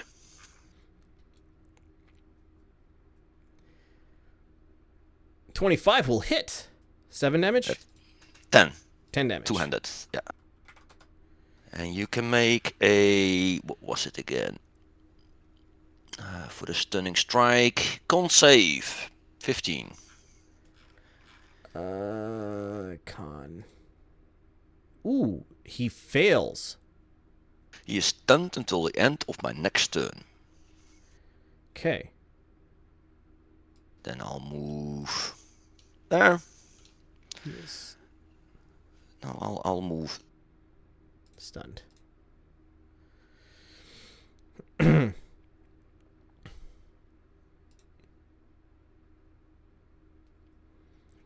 Okay. 12 will miss. Then I'll use my bonus action to attack again. Sure. That will also miss. Then I'll take a step back. Okay. He does not get That's a back all. of opportunity on you. Risha, you're up. They're both threatened. That's a very big barbarian. She's very large. Stop huge tracts of land. For fancies, I'll move there. Okay. Just to be, I don't know, next to the feet or something.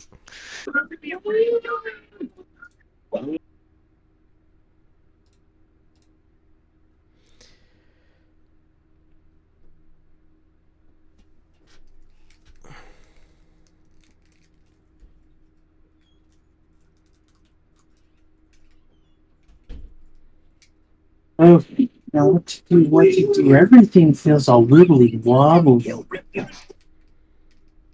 It's so weirdly quiet up in my head.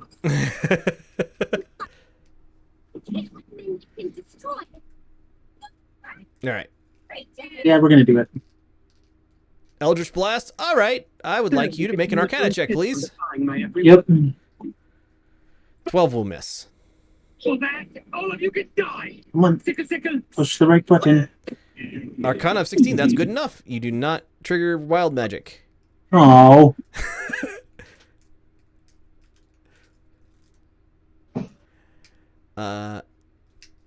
Action. And you have a bonus action left.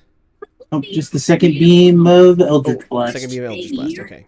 You gotta fight back. You haven't accomplished your goal, remember? Button. Ooh, that is a crit. Which one were you? The one to Elros's right. This one. Yep. Okay. Total of 16 force damage. Yep. All right. Great big blasts into this thing and leaves a smoking hole in one of its shoulders. Iberkeet.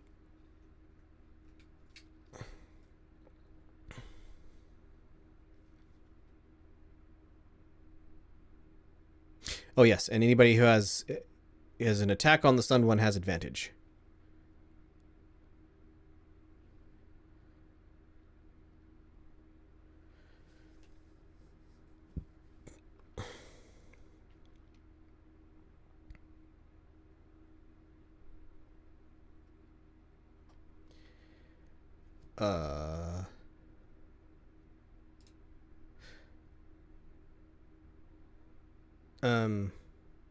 I just muted.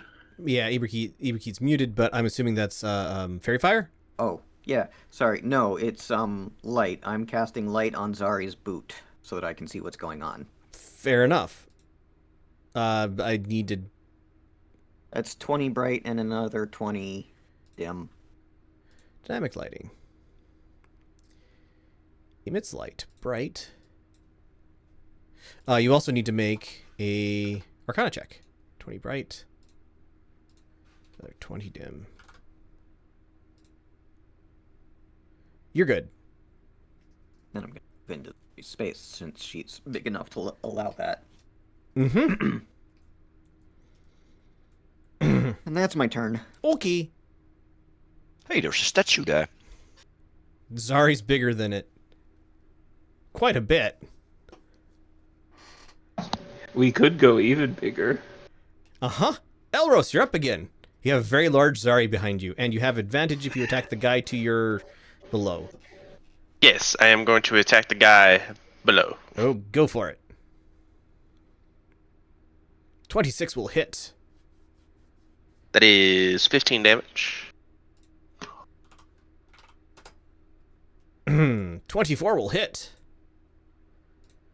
14 damage. And I'm assuming they're still up. So I am going to action surge. Go for it. Yeah, they're still up. You're poking holes in him with your sword, but you're not. That'll definitely hit. 12 damage? 12. Yep. And for my last attack, I'm going to hit the other one. Okay. And I'm adding goading attack to it. You don't get advantage on it, but a 20 will still hit. So it is yes. goaded, but not goated. And you get extra dice of damage too on top of that? Yes, so 1d8.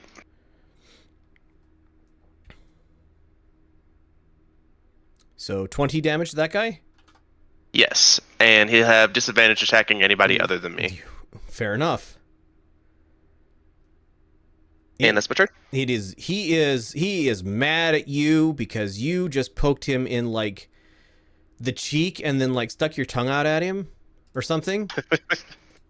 So he is real mad. He's extra mad at you and will go at you with his great sword, swinging at you once for 13 will miss.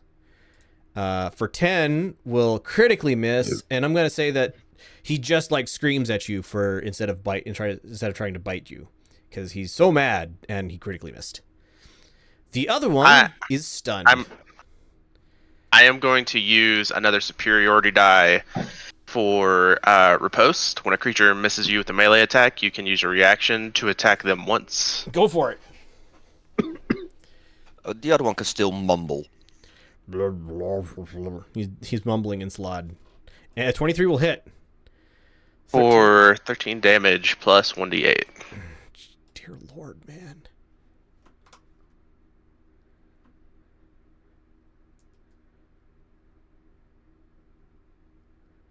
Uh, 14. Still a significant amount of damage. All right. You all see Elros just lay into these things, poking the sword completely through their weird, scaly, lizardy almost flesh, chopping off bits of horn from their shoulders and from the top of their head. But as it comes back around to their turn, you see some of the wounds start to slowly close. As these things apparently have some sort of healing. And the one who was stunned basically can't do anything, right?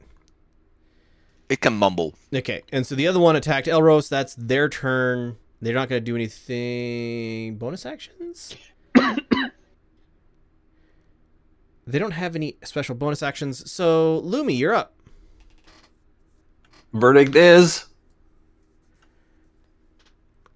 My bird? Sure, let's go for it. Go for it? All right. Lumi, please make your Arcana check. Second level spell. So 14?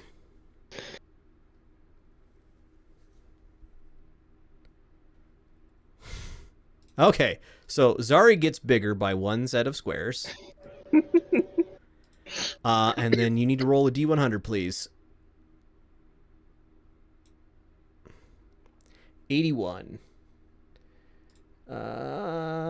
81 is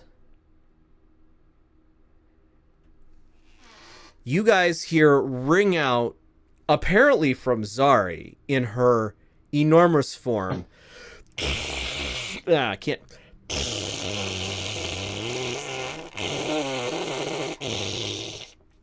The loudest fart you guys have ever experienced in your life. Well, that was less dramatic than I hoped.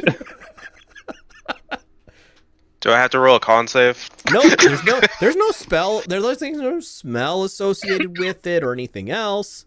It basically, I just stepped on a whoopee cushion. Yeah. Well, or rather, Lumi stepped on a whoopee cushion for you. That's your action. You have your bonus action. Yeah, let's try to fling the bead of starlight this time when I'm in the form. See what happens. It flings normally.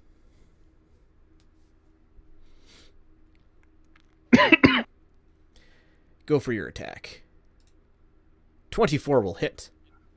Forgot to mention which one, so we'll just take the one that it isn't. So this one, this one? Yeah. Okay, 24 will hit. 8 damage. Thump. Yeah, The... very much like the form almost absorbs it into its black, weird flesh.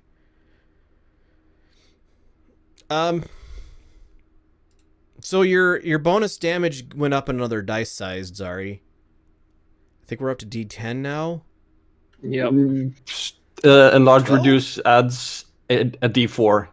No, past large, it continues adding to the dice size, so that bonus dice gets bigger and bigger.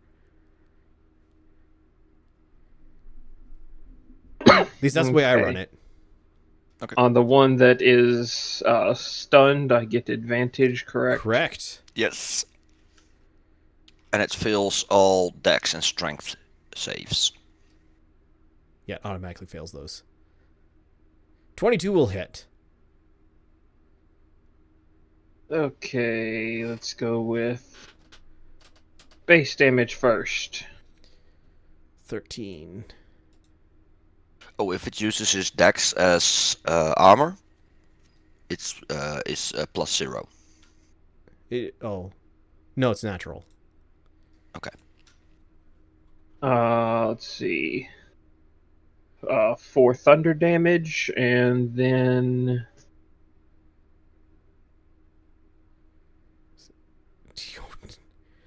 So 1727 damage.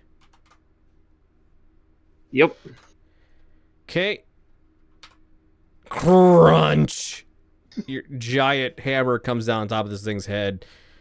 Like, you guys hear bones popping, and it's starting to look rough.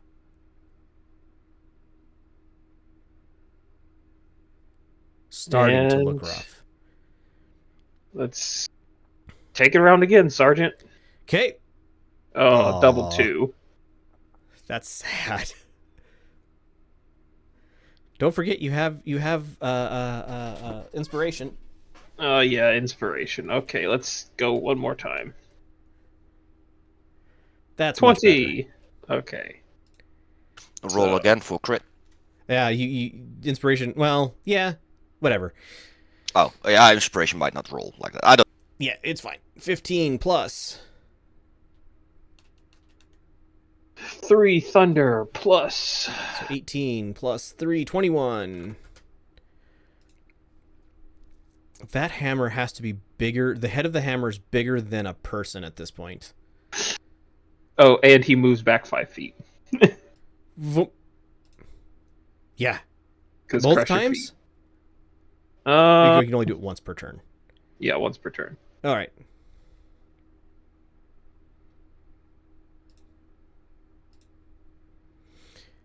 Is that everything, or do you have a bonus action?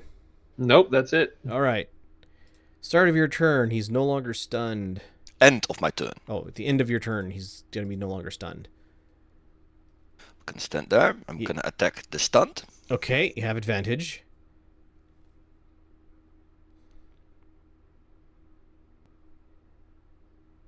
.24 will hit. For 6 damage. And guess what? Need to make a con save. Yeah, it's 16 by the way, not 15. DC 16 con save. Well, he failed, so he's still stunned. Then I'll try to hit the other one. I don't know how I'm rolling so terrible on con save. 16 will miss. 23 will hit. 10 damage. And guess again. Con save. 13. Yay. Also stunned? Yep. You're going to run out of key points eventually. Yeah. Eventually. But not And I'll yet. move back. All right. Risha. Risha likes this feeling and is just going to continue to throw Eldritch Blasts at the same one. Okay. You have advantage. If I can reach the shift key. Woohoo! Shifty! 25 will hit. 5 worse.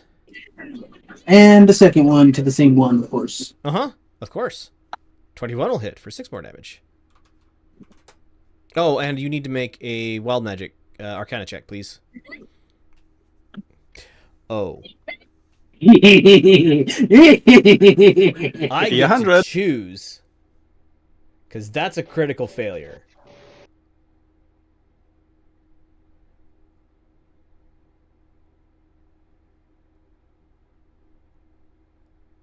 Okay. That's a critical failure.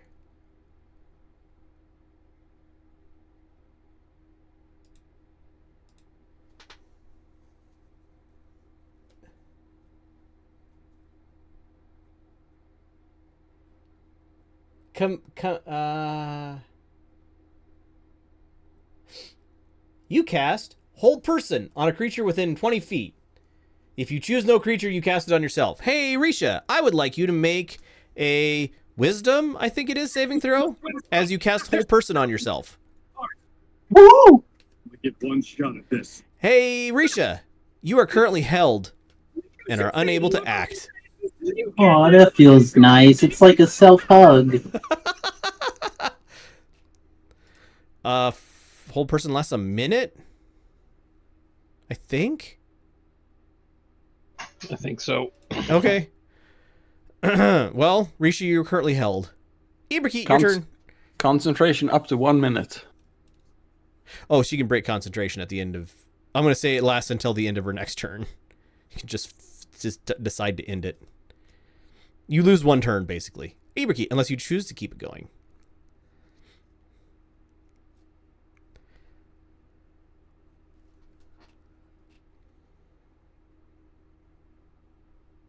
Oh, I'm muted. Oh, they're both stunned? They're both stunned, yes. Yep.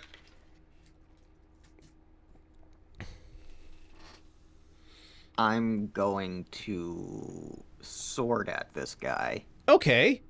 Since I can do that now. Yes. For the audience, I spent my downtime learning how to use weapons. That's amazing. Sword him. You have advantage. Oh, yes, I do have it.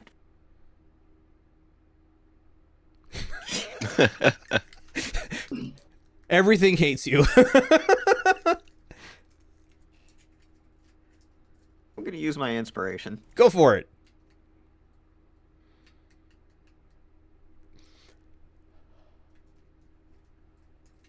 I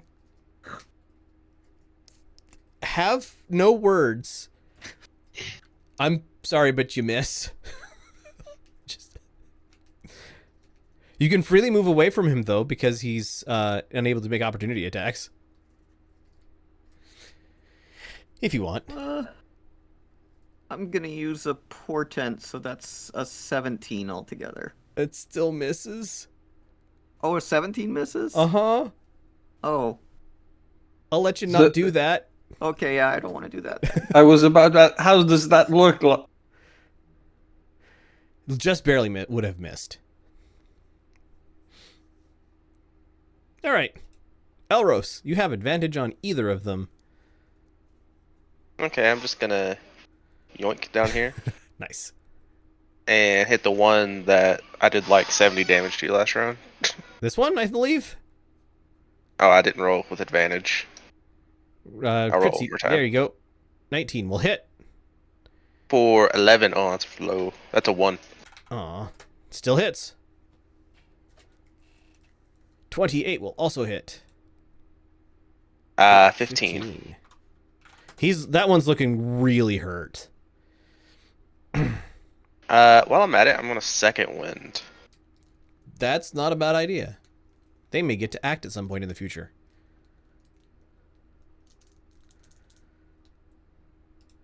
And that'll be my turn. They get to do nothing this turn. Lumi, you're up. Right, so archer form shoots the bonus action at advantage Yep. at the one to the right To the right. Okay. Elro. Yep.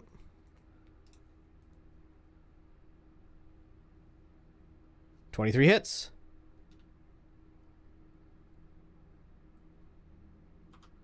$9 damage. Also, I'll just risk the guiding bolt first Okay. level. Arcana check.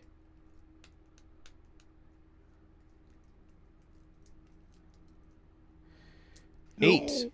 That will fail. Roll a D100, please, and your guiding bolt attack at advantage. A 20. You cast Grease centered on yourself. So we'll get to that in a second here, but I think Risha's going to fall over. Lumi and Iberkeet are going to need to make saves. 19 to hit. 19 will hit.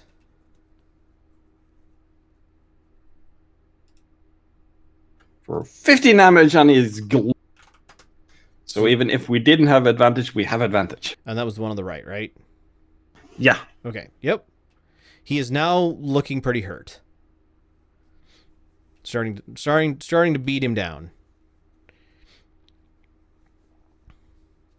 So Lumi, Iberkeet, Risha fails. Zari's too big. Lumi and Iberkeet, I need you to make a reflex saving throw as the ground you are standing on becomes covered in grease. And you both fall over.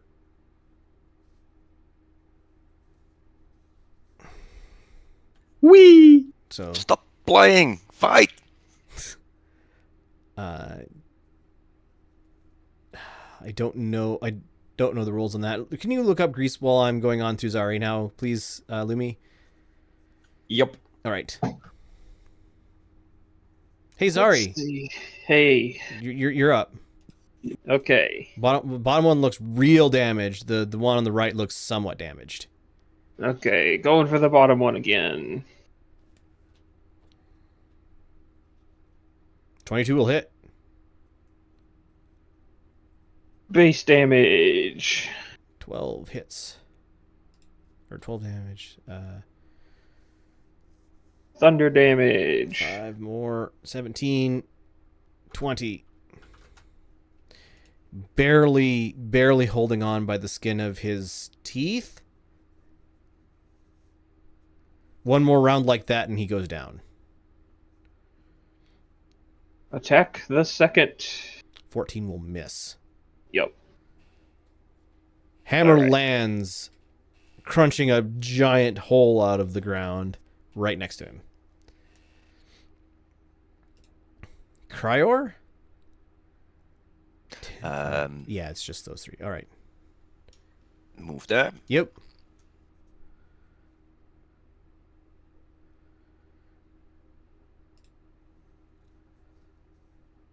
$27 will hit 7 damage. for 7. All right. And guess what? Need to make a Constitution saving throw. 16. Well, I continue to fail those, so he is stunned. I have a +4. Do you want to know what my highest number has been on the dice? 10? 8.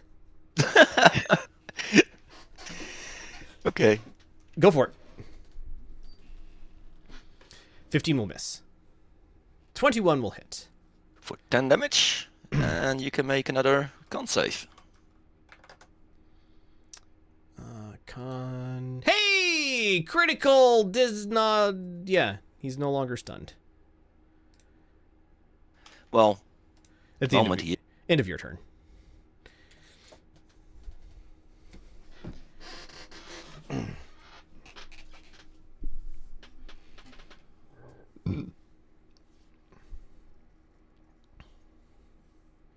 After Cryer, Risha. At the end of your turn, hold person wears off. Oh, you have the ring of free action? Yeah. Oh, well. You feel like somebody has cast hold person on you, but it doesn't do anything because you have the ring of free action. It's like a warm hug. It's like a warm hug. You may act this turn. Yes. So it's just going to be continued Eldritch Blasts because go for the it. last two got me a hug. Bottom one is still you have advantage on. The one on the right you do not. I can't see the bottom one from where I am. If you moved to basically there, you could. But you can continue to blast the one if you want to. You know it's there because you know you see me moving constantly to that location. Yep.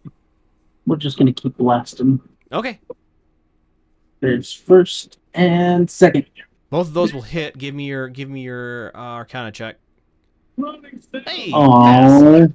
All right. So total of 16 damage. Mm-hmm. He's looking. No, he's still looking just beat up. All right. Iberkeet. Let's try that again. Yeah. You have advantage. 20 will hit. 20 will also hit, but it's only one The dice attack. do not care that I have advantage. Nope, they don't. They're going to roll the same thing every time, no matter what. 8. 8 damage. Ha ha ha. He is just breathing his very last breath, but is still up. Elros. Gonna poke him. That'll miss. Oh wait, I have advantage. You do have advantage, yes. 23 will hit. That'll hit. So this thing has been stunned. You guys have been picking on him. Elros, you just kind of wave the sword in his general direction, nicking the front of his nose, and it's just that little bit too much, and the thing collapses onto the ground. Dead. One down. Mm-hmm. And the other one, I do not have advantage, correct? Correct. Yep. 16 will miss. I could fix that, but I don't want to spend a superiority die to do it. Didn't the other one have advantage from Lumi? Oh, yeah. That's just one attack. Oh, never mind. And you did an attack. Okay. Someone did an attack on it before, but it's just... The next attack. Yeah. Yeah, so I attacked it probably and had double advantage and blah, Yep. blah. Okay. But there's a quick question in the Discord about I have a feat that does a roll check at the end of a long rest. Was the start of the session a long rest, or was before we left a long rest? It was just roll it. It had happened before you got to town. The long rest happened before you got to town. Okay. All done, Elros? Wheel. Do I? Yes. I will. The wheel means it's a positive. I can use my ability to semi-predict something about a roll of someone does and boost it. Okay, by 2? No, by 1d6. Okay, well, use your wheel. Wheel of morality. Turn, turn, turn. Hey! So I think maybe a 21 will hit. 21 will in fact hit. And the thing is Lumi has been looking at this and just keeping tabs and just it'll duck and directs Elrose to go lower with the blade. Uh-huh. Roll your damage, Elrose. Oh, okay. 18? Yes, and on that one, I would like to add my goading attack to it. Okay.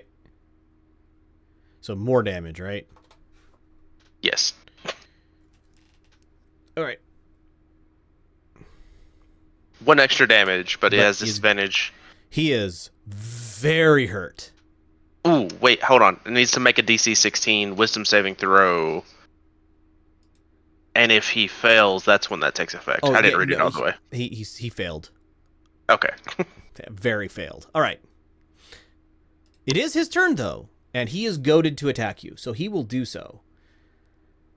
No advantage or anything. 17 to hit you? That's a miss, and then I'm going to attack him again With riposte. Nice. Yeah. Okay, well, attack him again with riposte. Or riposte. 21 will hit. 14 damage?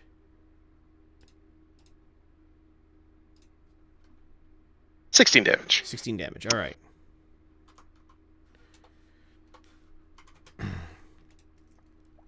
All right. So second greatsword attack, 28 to hit you. That'll definitely hit. So doing 8 slashing plus 8 necrotic, so it's 16 damage from that attack. And he's gonna bite at you, 18 to hit you. 18 will miss. All right, so the bite skitters off of your new shield, probably. All right, that is the end of its turn. Lumi, you're up.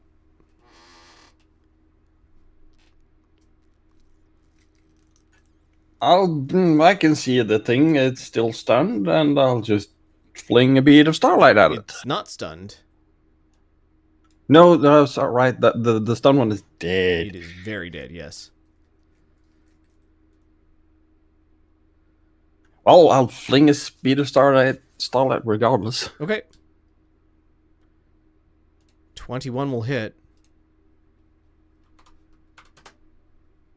For 8 radiant. It is very, very damaged.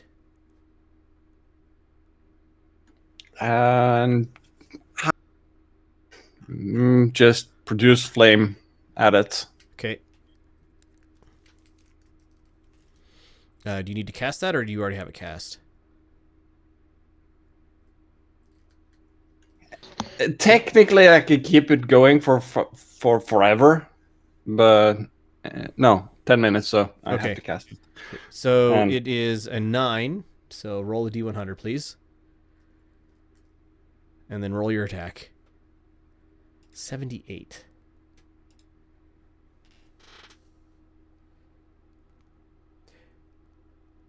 You cast Polymorph on yourself. If you fail the saving throw, you turn into a sheep for the spell's duration.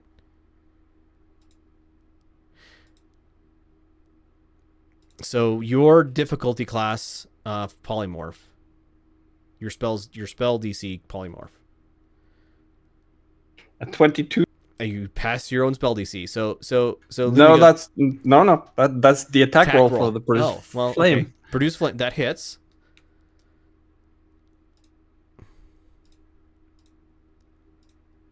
Five damage? For 5 damage. And a polymorph. It's either Constitution or Charisma saving throw. Wisdom. Really? Okay, well, Wisdom saving throw. You're gonna pass it, even though your actual spell. Oh wait, 6 plus 8, 14. You are a sheep for the next hour. It's a concentration spell. You are a sheep for the duration, it says. You cannot choose to end it. Oh. So, and it is polymorph, so you are a sheep in mental and physical stats. A star-spangled sheep. Star-spangled but sheep. Does the polymorph break the concentration of the enlarged reduce I have? Yes. You can't concentrate So on a spell. So Zari goes down. One size category. No. Down one size category. Surprisingly small Zari. After everything that's been going on, you feel Call that very small? You feel very smaller, Zari. I feel slightly smaller. You went from 40 feet tall to 25 feet tall. But it's your turn. Okay, well, let's finish off our froggy friend over there. Mm-hmm.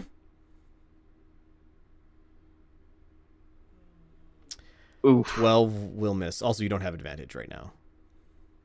I'm going reckless. Oh, well, okay. That does give you advantage. That's 24 will better. hit. Only D8 for bonus damage dice. See, 16. Not gonna matter.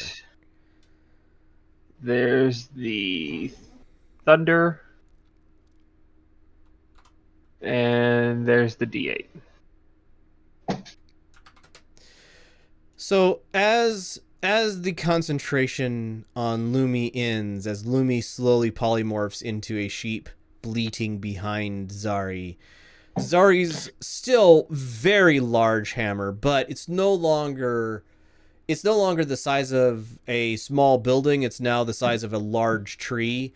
Comes sailing down and reduces this beast, this abomination, this aberration to a very thin paste spread across 10 feet of the surface of the street. You guys hear sounds in the distance, and Zari, as your rage ends, you only shrink down to large size. And Okay. you guys can hear. Well, you can't because of the roaring. Never mind, you don't hear stuff in the distance because of the roaring sound of the waterfalls off in the distance. But that is happening, and there was a very large fart sound that happened just not very long ago. And with that, we'll go ahead and end the session for today. Thank you to the players for playing. Thank you for everybody for watching. It has been great having you here. Bye.